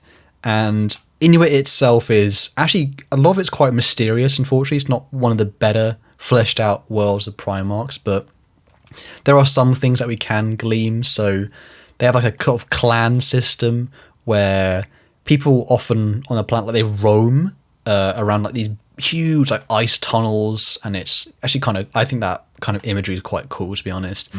And there's obviously war between tribes and things like that, but there are some cities like that are deep beneath the ice, but the people of this world are sort of technologically advanced to a certain degree. They actually have expanded beyond Inuit, but funny enough, for some reason, they actually still live the same way they would live especially around on a planet where like the sun is kind of dying, and it's like it's just on its last legs, and they're like, yeah, this is a bit cold, and then sun's not helping. It's not very bright. It is bitterly cold, but funny enough, that bitterly coldness, shall we say, seeps into the very people of this world themselves. So Rogel Dawn, he was actually adopted by a man who he didn't know he wasn't necessarily related to him, but he's actually his adoptive grandfather, who was the leader of House Dawn. That's where he obviously gets his name, Dawn, as his last name. And funny enough, I think even though Rogel Dawn himself, obviously it's a bitter world, and the people obviously they have to live in harsh environment. They survive. They're survivors. They are people who endure. But it's implied that his grandfather was actually quite a nice figure to Rogel, so he looked after this, super soldier amongst his ranks. He eventually became the leader of House Dawn and the clan, and House Dawn themselves actually, it's kind of like Game of Thrones in a way, where one house like rules all the kingdoms, and it's like House Targaryen essentially, but without the inter-sibling love. but so Dawn was very much a kind of almost statesman / warrior king figure, and he actually became the leader of this planet over decades, and he would rule over like a kind of almost a mini pocket empire. He was an emperor. He literally was an emperor. And his kind of story was like, it's even stated like if the emperor had never found Rogel, he would have been fine essentially. And Rogel's quite a well balanced human being. He's almost the most human in a way Primarch, I think, because a lot of them are quite flawed. There's a trend of like flaws in the Primarchs, but Rogel seems to be more like he's actually kind of just like an enormous human in a way. Could I mention something tied to that with his grandfather? Sure. There was a thing that basically when his grandfather died, Rogel Dawn had this blanket he would put over his bed because it was, it was his grandfather's, because it was quite cold. And throughout his life, he always kept the blanket from his grandfather as a reminder of how he raised him. So I thought that was like a nice little touch with Rogel Dawn, where every time when he went to bed, which wasn't often because he's a Primarch, he doesn't really need to sleep much, he'd have his grandfather's like blanket on his bed, and I was like, oh, it's like a nice little human touch to his character. I like that part because it's quite human, because there are all these super soldiers, but it's a nice humanizing moment. But to say that as well, Rogel was not any pussy bitch. I'm going to say that. This guy was an absolute unit of a man. So his combat style was often even just the whole ethos was endurance. So he could take pain and he would take, he could take 1,000 cuts and he would still win. Patience was his greatest weapon. And so for the look of Rogel Dawn, so if you were to like, which Primarch is Rogel Dawn? Rogel Dawn, point one again, enormous. He is a absolute unit of a man. He has very like sort of pale skin, described as like Celtic features. His kind of like Fulgrim, he actually has white hair, but whereas Fulgrim is this, long, flowing, gorgeous hair. So, praise to Eli for his favorite Primarch. Rogel Dawn has the very like short cut kind of no nonsense look to him. I read once somewhere that someone said that he reminded them of like US Army like trainers, like drill sergeants. Like that's his aesthetic, like buzz cut, very short cropped hair, no nonsense, very tall and stoic and barking orders. Like that's kind of the aesthetic in a way. definitely. He's not like a pretty boy, but he's very much he kind of looks like an average person where he's not ugly, he's not handsome either. He's just kind of very stern looking, kind of like literally I say grandfather looking man. He's not obviously older than any of the other Primarchs, but he projects in a way like being the oldest. As seniority. Very much so. And his personality is stern. He is tactical. He's not the best with his emotions. He doesn't not understand emotions. He's not as bad as Perturabo, at least. No, he's better than he's better than Perturabo and the Lion. Like, he understands people's emotions. He's just not very expressive. There's probably not a lot to express within himself, to be honest. He's very cut and dry. He's also, he's very stoic. He's a very enduring Beautiful man as well. Very much so. He's kind of he's a perfect soldier, really. I think perfect soldier. Shout out to Chapter Master Valrak if he ever hears this, because I definitely didn't think much of Perturabo before, but the more you like kind of read about him, you learn about him, you realize like, oh man, he's actually probably he's one of those things that he's on paper, he's probably the best Primarch on paper. But I'm also like, he's whatever you say. I know. Well, maybe Gilliman, to be fair, on paper might be the best. But he's extremely not like the word useful, but you know what I mean. He's very competent, I'll say. And the inspiration actually for Rogel Dawn is the word Rogel, which is a possible play on the word regal, possibly, because whenever you see Rogel Dawn's armor, it is ornate golden, eagle. He's the only one who just goes like, I'm copying Dad. Gold. He does like a mini emperor look. He's got the imperial drip. He's got his. He's not trying to riz, but he's rizzing. Let's just say the plural. I'm just putting that in there. And but also the word dawn means castle or stronghold in Old English, as well as his legion, chapter, should we say, now, the Imperial Fist Legion that are created from him are the Imperial Fists, and the word fist in Irish is also, dawn also means fist in Irish, Gaelic and things like that as well. So there's, again, not the most subtlest of nods, but he's very much he's the on the nose, but he gets the job done kind of Primarch.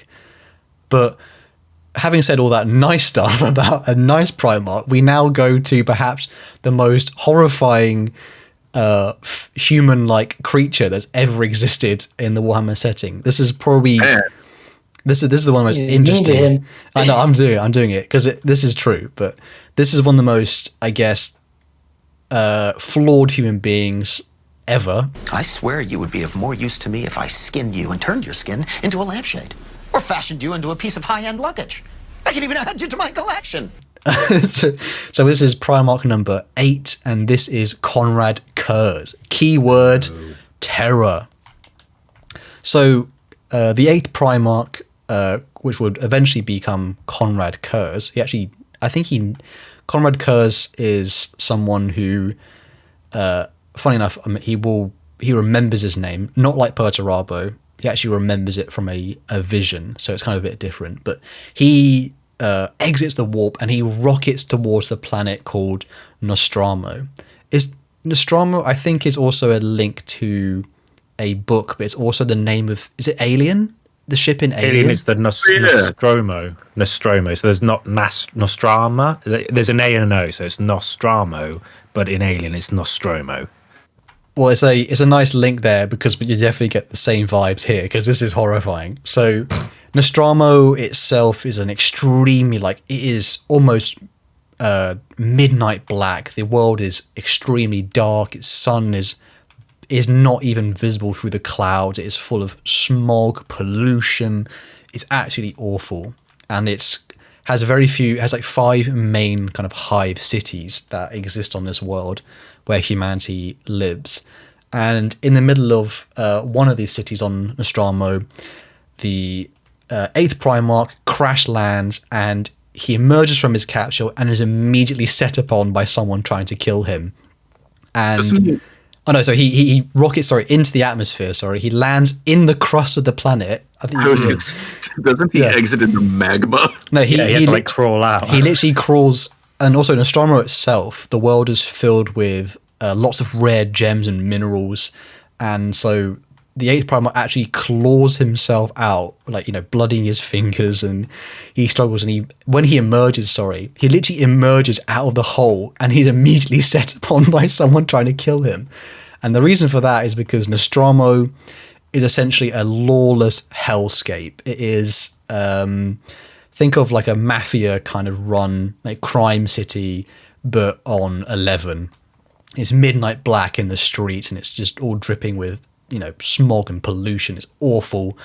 And even like his first instinct, like first human he ever sees in the world, the 8th Primarch, tries to kill him, and he immediately, again, because he's a Primarch, snaps him in half. You know, he folds him like laundry, shall we say, and there's no food, so he actually consumes him. And that's when he starts to see, he starts to see like the images and like the memories of people when he consumes their brain material, which actually all Space Marines can do, actually. Yeah, they can all do it.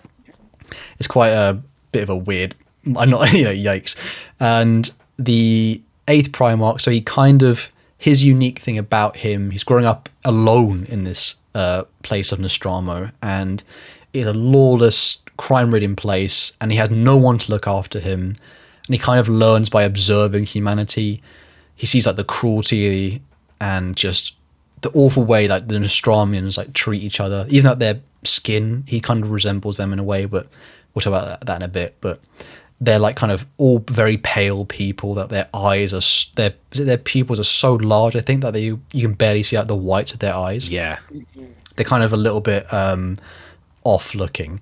And he very much is alone growing up in this terrifying place, and he is plagued by visions throughout his childhood and into like adolescence, and that's how he learns his name. He literally raises himself. So Conrad Kurz, and he kind of doesn't really understand like why he's here. Again, he has certain like little bits in his mind, like visions, like filling in the gaps, but he feels within him, like many other Primarchs feel like an innate sense of like they have like a duty to like, all of them eventually like sort of conquer their worlds a lot of time. They feel like a sense of domination, or like there's a will to exert.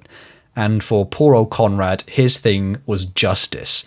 And this is where he turns into something called the Night Haunter figure, because he learns an interpretation of justice from a people who do not have justice. And in the night, in the night, he very much learns that the only thing to ensure what his twisted like form of justice is fear.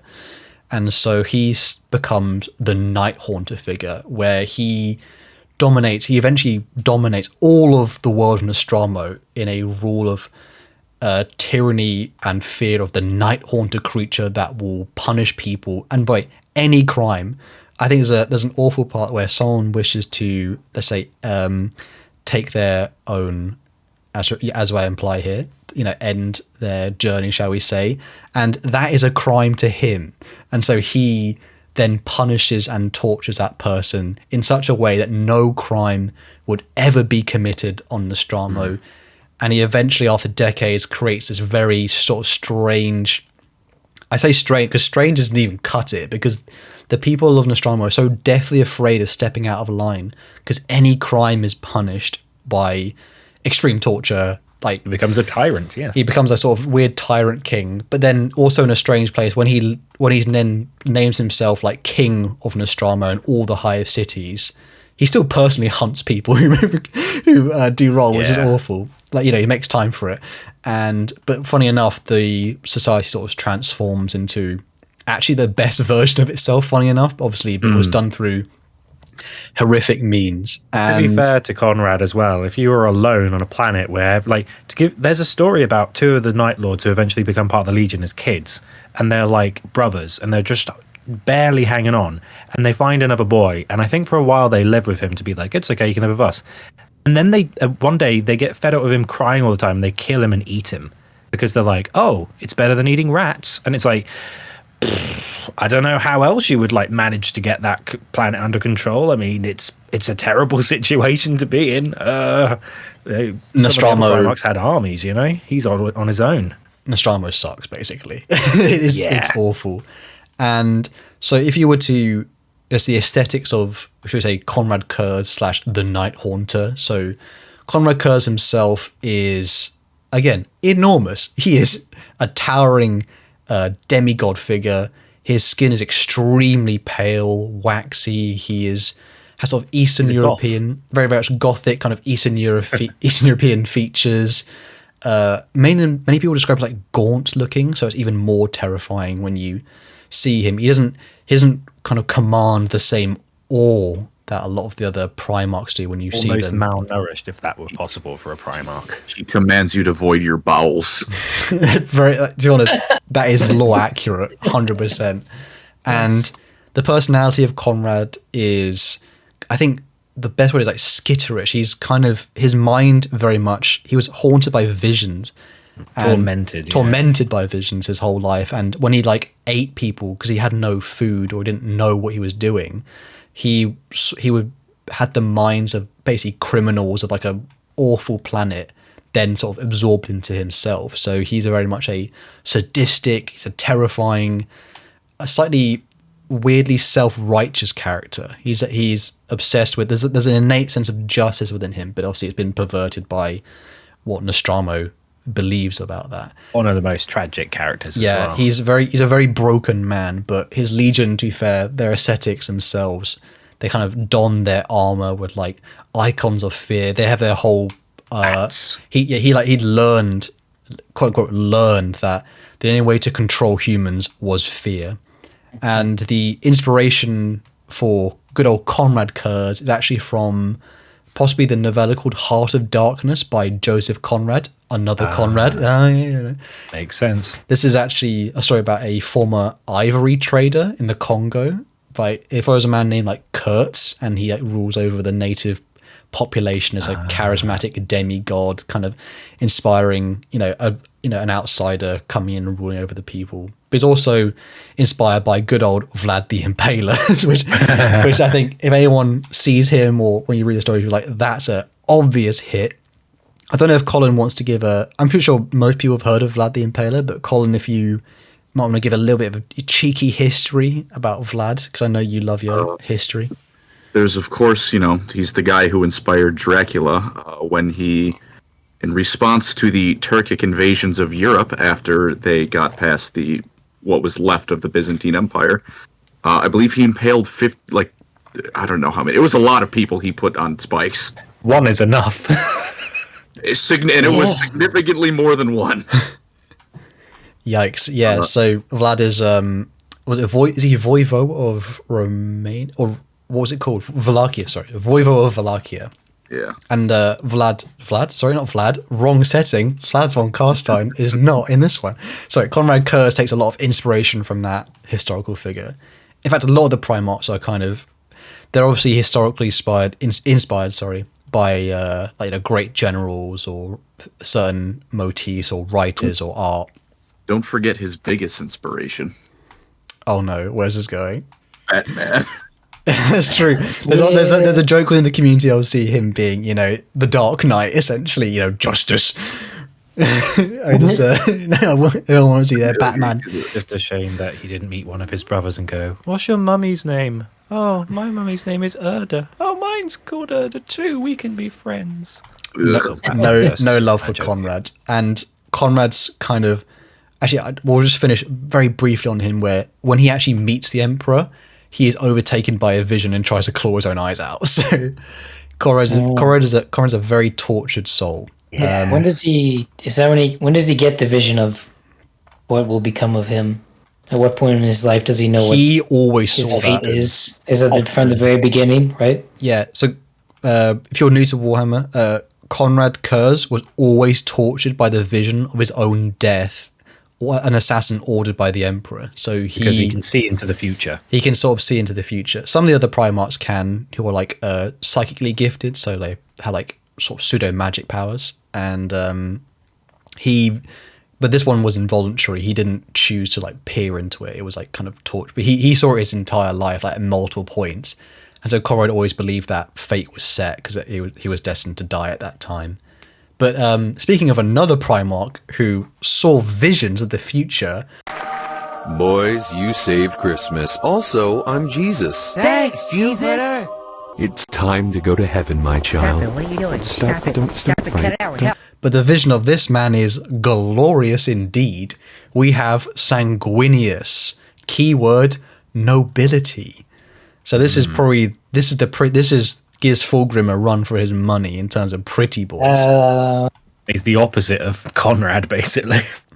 Pretty much, yeah. So Sanguinius is, I think he's a lot of people's favorite Primarch. He's Primarch of the Blood Angels. If you kind of are new to Warhammer, and you'll see why he's kind of eventually so beloved when we do a episode on him. But just a brief little bit about Sanguinius himself. So his story was, again, the gestation capsule. It roars out of the warp, and he lands on the planet called Baal Secundus, which actually is the second moon, or funny enough, the planet called Baal Prime. And Baal itself is kind of, if you imagine Mars, but bigger. And it's a kind of a red waste. It's literally described like the red wastes of Baal. It's a very much a kind of rusty hellscape. Its kind of backstory is that humanity previously did live in like orbital stations above Baal, and then there was a civil war during the Age of Strife, and sort of all these like massive metallic ship, they all crashed down, and that's the reason why Baal and Baal Secundus are like full of essentially red dust. And the people who live on Baal, they're not going to have a good time. So, and I'll explain why. So the ninth Primarch, he lands on Baal Secundus itself, and he awakens to this heavily irradiated kind of mist, and it's like a red tornado of dust around him. It's very much a hellscape, literally is a death world. And he eventually comes upon other humans, and these are people who they're like decked out in like radiation gear, and it's very shocking for him when he first sees people, because when they see him, they see this glorious golden child with angels' wings on his back. So uniquely amongst all his brothers, Sanguinius has wings, which I think is cheating, to be honest. It doesn't sound very fair. I mean, like all the abilities like Perturabo gets, can see Eye of Terror at all times, and Sanguinius gets wings. Doesn't it imply that it might actually be a mutation from Baal? Like it's not clear if it was a gift or it's something that just happened when he was on Baal. It's implied that it is a mutation that is not natural, but it was, again, I think the Emperor says the Emperor's like it's acceptable. I think he says, if I remember correctly. But because as we all know, radiation gives you wings.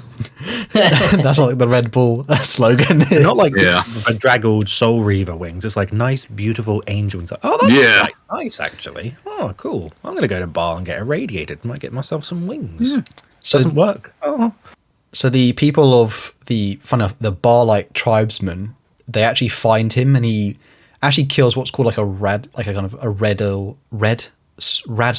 scorpion sort of creature, and he kills it with his bare hands. And they see this child, and he's like surviving amongst this like irradiated he shouldn't a human shouldn't be able to tolerate that, but they can obviously see he's special, and he's taken in by the Baal-like tribesmen, and they very much are, because of the way they have to survive on this world, they're actually quite a tight-knit community area. So in obviously the worlds where you land on shape you quite a lot, I always think of like Rogel Dawn's one with Sanguinius. Like Rogel Dawn's one is quite icy, and so obviously he's quite an icy man. But funny enough, even though Sanguinius lands on this like hellscape, the people of Baal are actually quite loving, and they have like aspects of nobility. There's an implied this is very deep lore here, but it's implied like within the warp there are like psychic angels that fight for the soul of Baal. And they actually influence the people who live there, who have lived there in the past, and who will live there in the future. And so there's a kind of culture of nobility and art and expression in this place. But also, Sanguinius is not just an angel-looking innocent boy. He is an absolute Chad of a warrior too. So he leads his people to fight off these mutant hordes. So these are the people who succumb to radiation, and they just basically turn into zombies essentially. And Fallout rules. Pretty much. And he just he unites the people of Baal as tribes all together, and he leads them to purge. Funny enough, he's a nice guy. He actually purges the mutant hordes of this place, and he managed to sort of bring a sense of unity and a place where actually, like, people, again, like kind of similar to Fulgrim on Chemos, people didn't live very long on Baal. So actually, this is the first time where people sort of have a time to express themselves. It's he is seen as like their glorious leader, and he's actually famous for his kind of his oratory skills as well. So a lot of the other Primarchs are they're general, they're warrior kings, but Sanguinius is more than that. He's kind of he has a little bit of statesman within him, not as much as some other Primarchs, Gilliman. But Sanguinius is definitely more than just the symbol of when you look upon him. So as for the aesthetics of Sanguinius, he is BEA beautiful. This is a gorgeous man. He is literally nicknamed the pretty boy in Warhammer. He is quite like porcelain, like pale skin. I wouldn't even know what culture to describe him as, because his look is angelic. He doesn't actually look like a singular race. Like, you've got sort of long, flowing, kind of blonde hair, like noble features. To be honest, I've always associated the Blood Angels with France, to be honest, because they got like the cherubs and the kind of the appreciation for art, and I feel like he reminds me of some of those like depictions of like old French monarchy symbols where they have the long flowing hair and they're all like, look at me, I'm so pretty. Maybe that's just kind of like Louis, like the Sun King in a way. Yeah. A little bit. I think that's probably better than what I was thinking of, because I was going to go a bit more of a Latin vibe to it. Yeah. But so even like in his like I said earlier, Penelope of War, I'm going to steal that from Eli.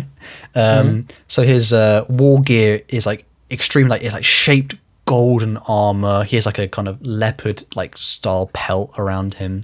Some of the Baalite tribes, when they lived in Baal, now they actually have like hunt again. Like there's a theme of like weird creatures hunting Primarchs, and they can't help themselves. They're like, that's a big meal. Unfortunately, Baal itself is quite, at the time, mysterious, although even in the 40th millennium, the modern timeline, it's implied that it's kept quite stale, as in like the way, so they have like weird, some of the tribes like roam the wastes themselves, or some of them live in like weird, like carved, like sandstone cities as well. But sorry, back onto his like war gear, it's very, I would say, kind of it's a little bit of a Latin, late like Venetian kind of influence to it. It has like a kind of sash going over him. It might be a bit Holy Roman Emperor vibe to it as well. I'm not sure. I don't know, Colin, you might agree. What kind of I struggle to think of like what the best way to sum up his look is.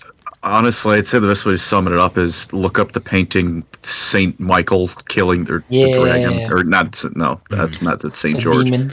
Yeah, just look up Michael the Archangel, and you'll get a pretty good idea of what Sanguinius looks like.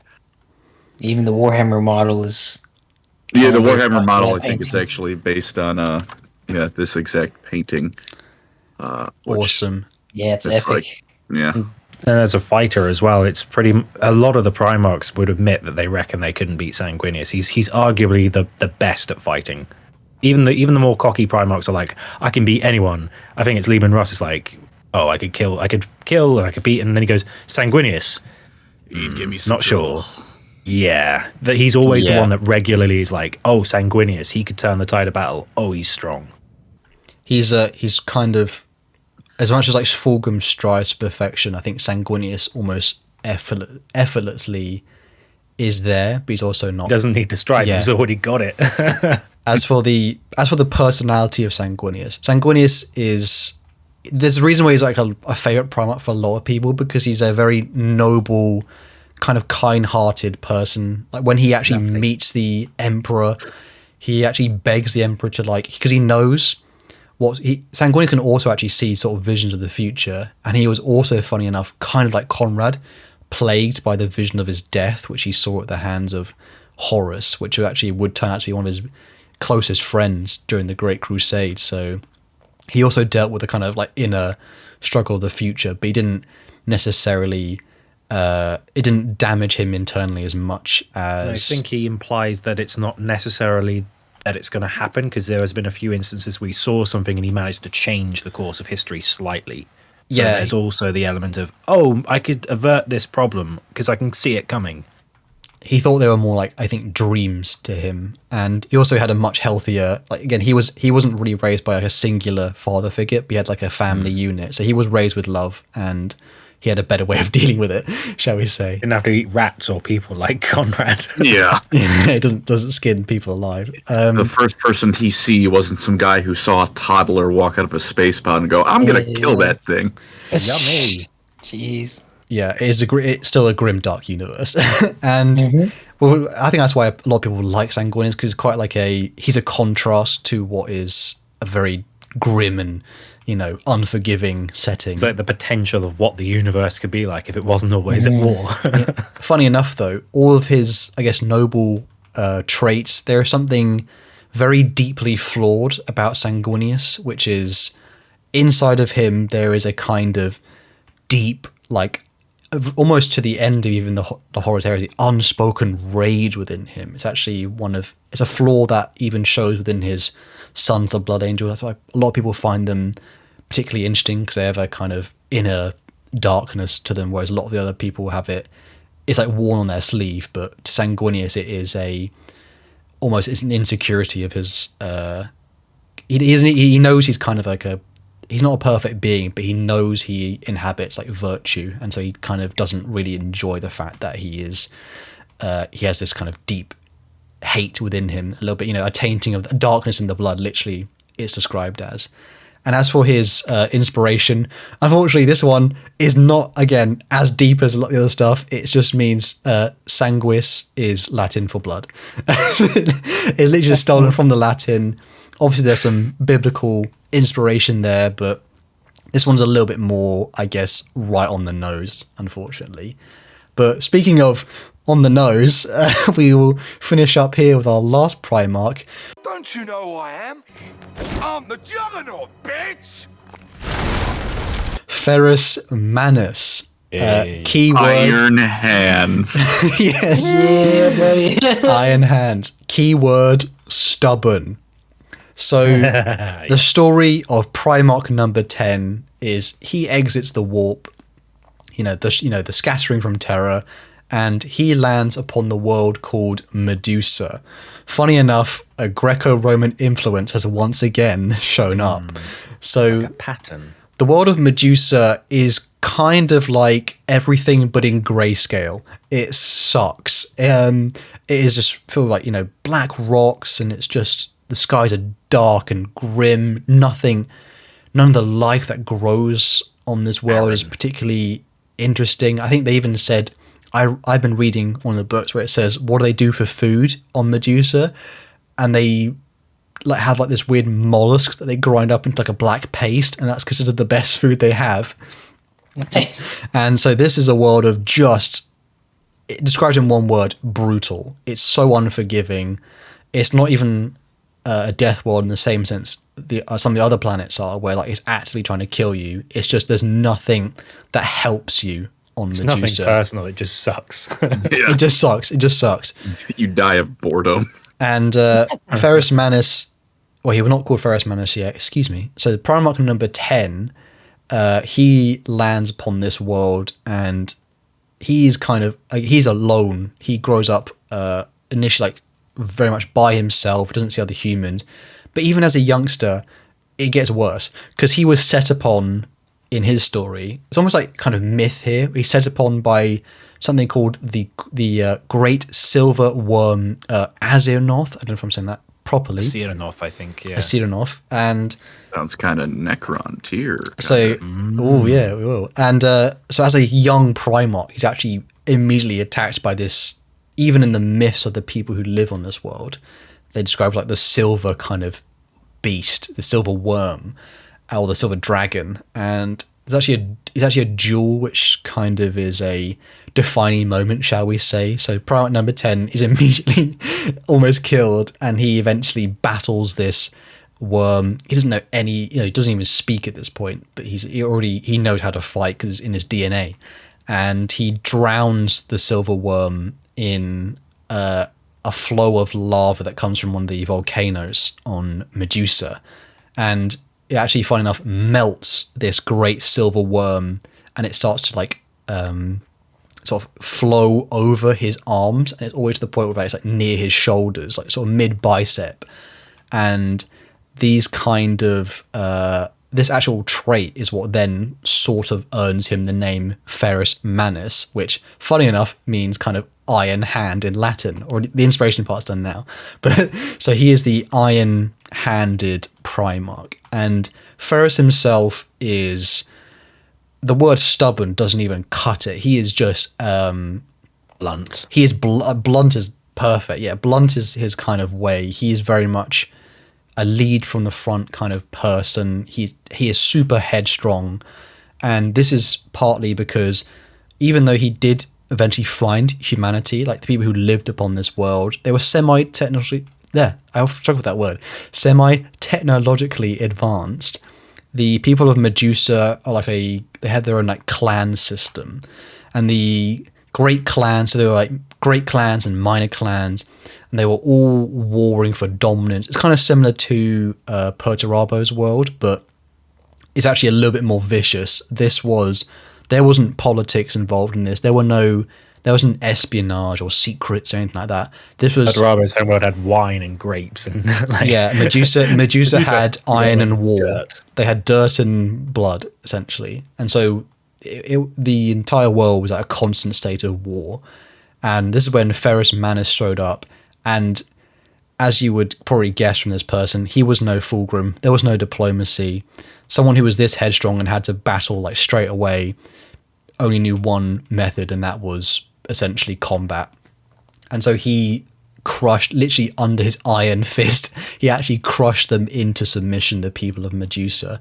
But kind of uniquely amongst his brothers, a lot of them like unite the world, and it's like an age of peace. But Ferrus himself always saw, you can even see it from his earliest existence, like he just sees peace as weakness, because he always thinks, like, he almost died like immediately as soon as he was essentially conscious. So he always sees himself as need to improve himself, be stronger, survive, live, adapt. Yeah, like struggle brings growth. Look at me, I got some iron hands. Cool. Yes. Yeah. And he the clans of Medusa themselves, he actually doesn't unite the clans. He keeps the system intact, and he kind of acts as this kind of overseer of the world, where he is a uniting force at times, but then in times of peace, he will let the inter-clan struggles reunite again, because it keeps them strong, it keeps the people on survival mode. And this is kind of his tactic and his philosophy in the world. But also kind of the other thing about places where war happens, obviously war also will breed innovation. And Medusa itself was, I wouldn't say it's not a forged world as described in much of Warhammer, but forging, crafting, the metallurgy of it very much industrious. And even Ferrus within himself, he actually had like an innate ability to craft and produce things. He could actually, I think it's even funny, he said like Vulcan, another Primarch, he says it's unnerving that Ferrus with his iron hands are like kind of they're like molten silver arms. Well, even where he grew up in his little cave area, it's basically like a buried Necron tomb, and he grew up observing, what is this drop pod thing? That's weird. What's this metal? That's weird. And he grew up trying to understand it all. And the unnerving part about him is he can forge with his hands, like not with a hammer. And so he learns to build and craft, but a lot of the times, like whereas some might say, blacksmithing and crafting is an art form, which obviously it is, his crafting was always functional. It was in the pursuit of strength and improvement. And though not everything he made was ugly, it was always designed to be functional and function over form essentially. And the way, so if you were to sort of see Ferrus Manus himself, his aesthetics, again, number one, enormous, huge, tanky. He's kind of, I wouldn't say he's the chunkiest of all the Primarchs, but he kind of rivals Perturabo. Obviously, both of them having a sort of affinity for the word iron. Definitely not the prettiest. I'll get to that. So he's got slightly tan skin, again, like Greco kind of European features, silver arms. That's from his battle with the worm. It's one of his most defining sort of characteristics. And Ferrus was not described as a beautiful man. He was nicknamed by Fulgrim the Gorgon but it's actually a quite funny inside joke between them. But he is even his face is a brutal design.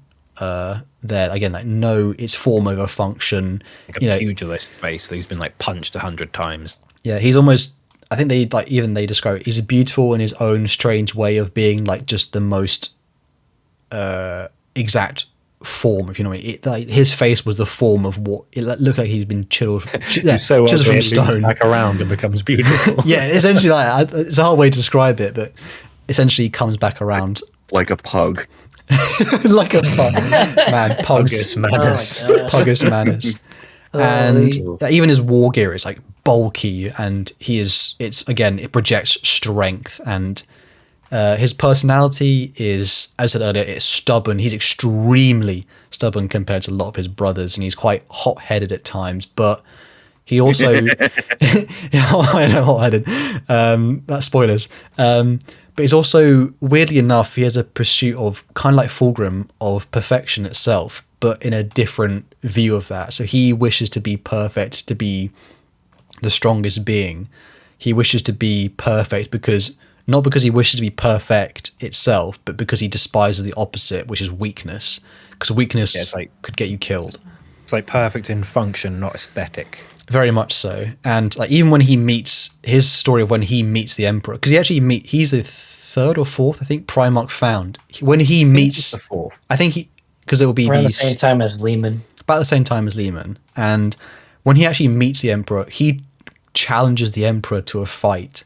And this is the time where he's been the strongest thing on that planet for a while. And the idea of when he meets the Emperor and there's a being much stronger than him, it's actually something which drives him to be even stronger. The reason he actually, in his own heart, improves to be so strong and to be perfect is because one day he actually wants to challenge the Emperor. But not in a way like he wants to be Emperor. He just wants to be as strong as the Emperor. I want a rematch. I like the meme from Kung Fu Panda. It's like, finally a worthy opponent. Our battle shall be legendary. Pretty much. Wasn't it like a Dragon Ball Z battle? Like they were just punching mountain ranges in half? Pretty much. Oh, good old Dragon Ball. Unfortunately, he has no drip. My boy Ferrus. It's all function, no drip, no wrist. He can't turn blonde and become 50 times as powerful either. That probably would have helped. He is like, if you saw Sanguinius and then Ferrus, you'd be like, wait, those are your brothers. Like it's like, what's the film with like Arnold Schwarzenegger and Danny DeVito, and they're meant to be brothers? It's that film. Very much so. Apart from Danny DeVito's the same height as Arnold, which is amazing in my mind. I was imagining him coming out of the couch and Always Sunny. Everyone knows that scene. And obviously, lastly, the inspiration for Ferrus is Latin for iron hand. It's, again, very on the nose on this one, but it kind of is an encompassing thing for them. The iron hand to themselves is, iron is to them is like, it's immutable. It's an iron fist of will, it's strength, and that's pretty much, I think, the first 10 Primarchs. Does anyone have any questions or want to comment perhaps on their favorite out of the list? I like the pretty one. We'll go in order. So Eli, who's your favorite so far? And still Fulgrim. Of course. Do you actually know? Would you explain why is Fulgrim your favorite? I don't think I've ever asked. Probably because I read the book Fulgrim first. That's very much likely the reason. I also just like his story a lot, and he has the saddest story of all the Primarchs. First love.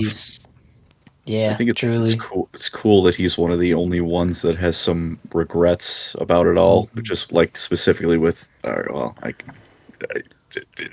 don't want to. Well, also pre-fall Fulgrim was like, there's a lot of good reasons to like him. I think. Just without spoilers, regrets over what he did to a certain person, that he kept trying to clone that certain person, and it never worked, but he doesn't give up. It's like, it's very sad, very compelling story. What about you, Andy? Who's your favourite so far? Without a doubt, Jagatai. He's my favourite. He always has been. Speedboy. Why is your favourite? For sure. There's several reasons. One, because he's amazing at one-liners, but I like how he is the most. He's very critical of things that are objectively wrong in the universe, like some of the decisions the Emperor makes. He shows restraint when other Primarchs don't. He doesn't boast, but he's competent. He's very much a difficult Primarch to like. People go, oh, he's just some dude. But when you actually like look into his stories and his books, I find him the most compelling. I do like other ones, like I like Gilliman, I like the Lion to an extent, but you know, I'm a loyalist fan more than any, and Khan is the one for me. Awesome. And you, Colin, who's your favourite so far of the first 10? Probably, honestly, Lehman. I don't like the wolves, but I do like Lehman a lot. He's pretty down to earth. He seems, in many ways, one of the most human Primarchs because, I don't know, he seems like the kind of guy I could have a drink with. I would not remember any of that night if I'm drinking with Lehman Russ. But like, it just seems like a guy who'd be fun to hang out with. He's a nice contrast as well, compared to a lot of them are essentially just like Greco-Roman warlords. So he's a nice little extra flavour. I wish his legion was actually Vikings and not just Viking cosplayers. Less wolves, more Vikings. Well, thank you so much for listening. We covered a lot today. Well, funny enough, it's actually just a taster of what is to come from all the Primarchs, and we will obviously delve into each of them and their histories. And it's again, Primarchs are definitely sort of the best part of Warhammer. They are deeply flawed humans despite their elevation, and we'll be learning a lot more about them in the episodes to come. Thank you all so much for listening, for enduring, shall we say, enduring this absolute fest. And Colin, who are we tackling next? Happily, I will let them know. So, of course, we're going to bring their Primarch up. Kind of hard not to. Robute Gilliman, but the focus will not be on him. It will be on his Legion later chapter, the greatest of them all, the Ultramarines. Ooh, Matt Ward. I love my. Matt Ward aside, I love my. I'm leaving a picture of Matt Ward at the end of this podcast. That's the final picture. Did you know he wrote the dialogue for Vermintide? What? Yeah, honestly. Didn't he write the Demonculaba as well? I don't know. That's McNeil. Graham McNeil. I think Battlefleet Gothic too. So it turns out he's a pretty goddamn good writer when he's just writing dialogue. Just don't put him in charge of the setting. Just don't put any armor that's blue near him. Or gray. Or grey. Or grey. Or the Grey Knights as well, yeah. Well, thank you so much for listening. Please like and subscribe if you want to hear more. Also, comment below out of your list so far, which one's your favourite? We'd love to know your reasons why, particularly, because we all got like our own reasons. Like sometimes it's it's our own like relation to that person. Like I said, having a beer with a good old Lehman Russ. But thank you so much for listening, and we'll see you all next time. Take care, everyone. Well.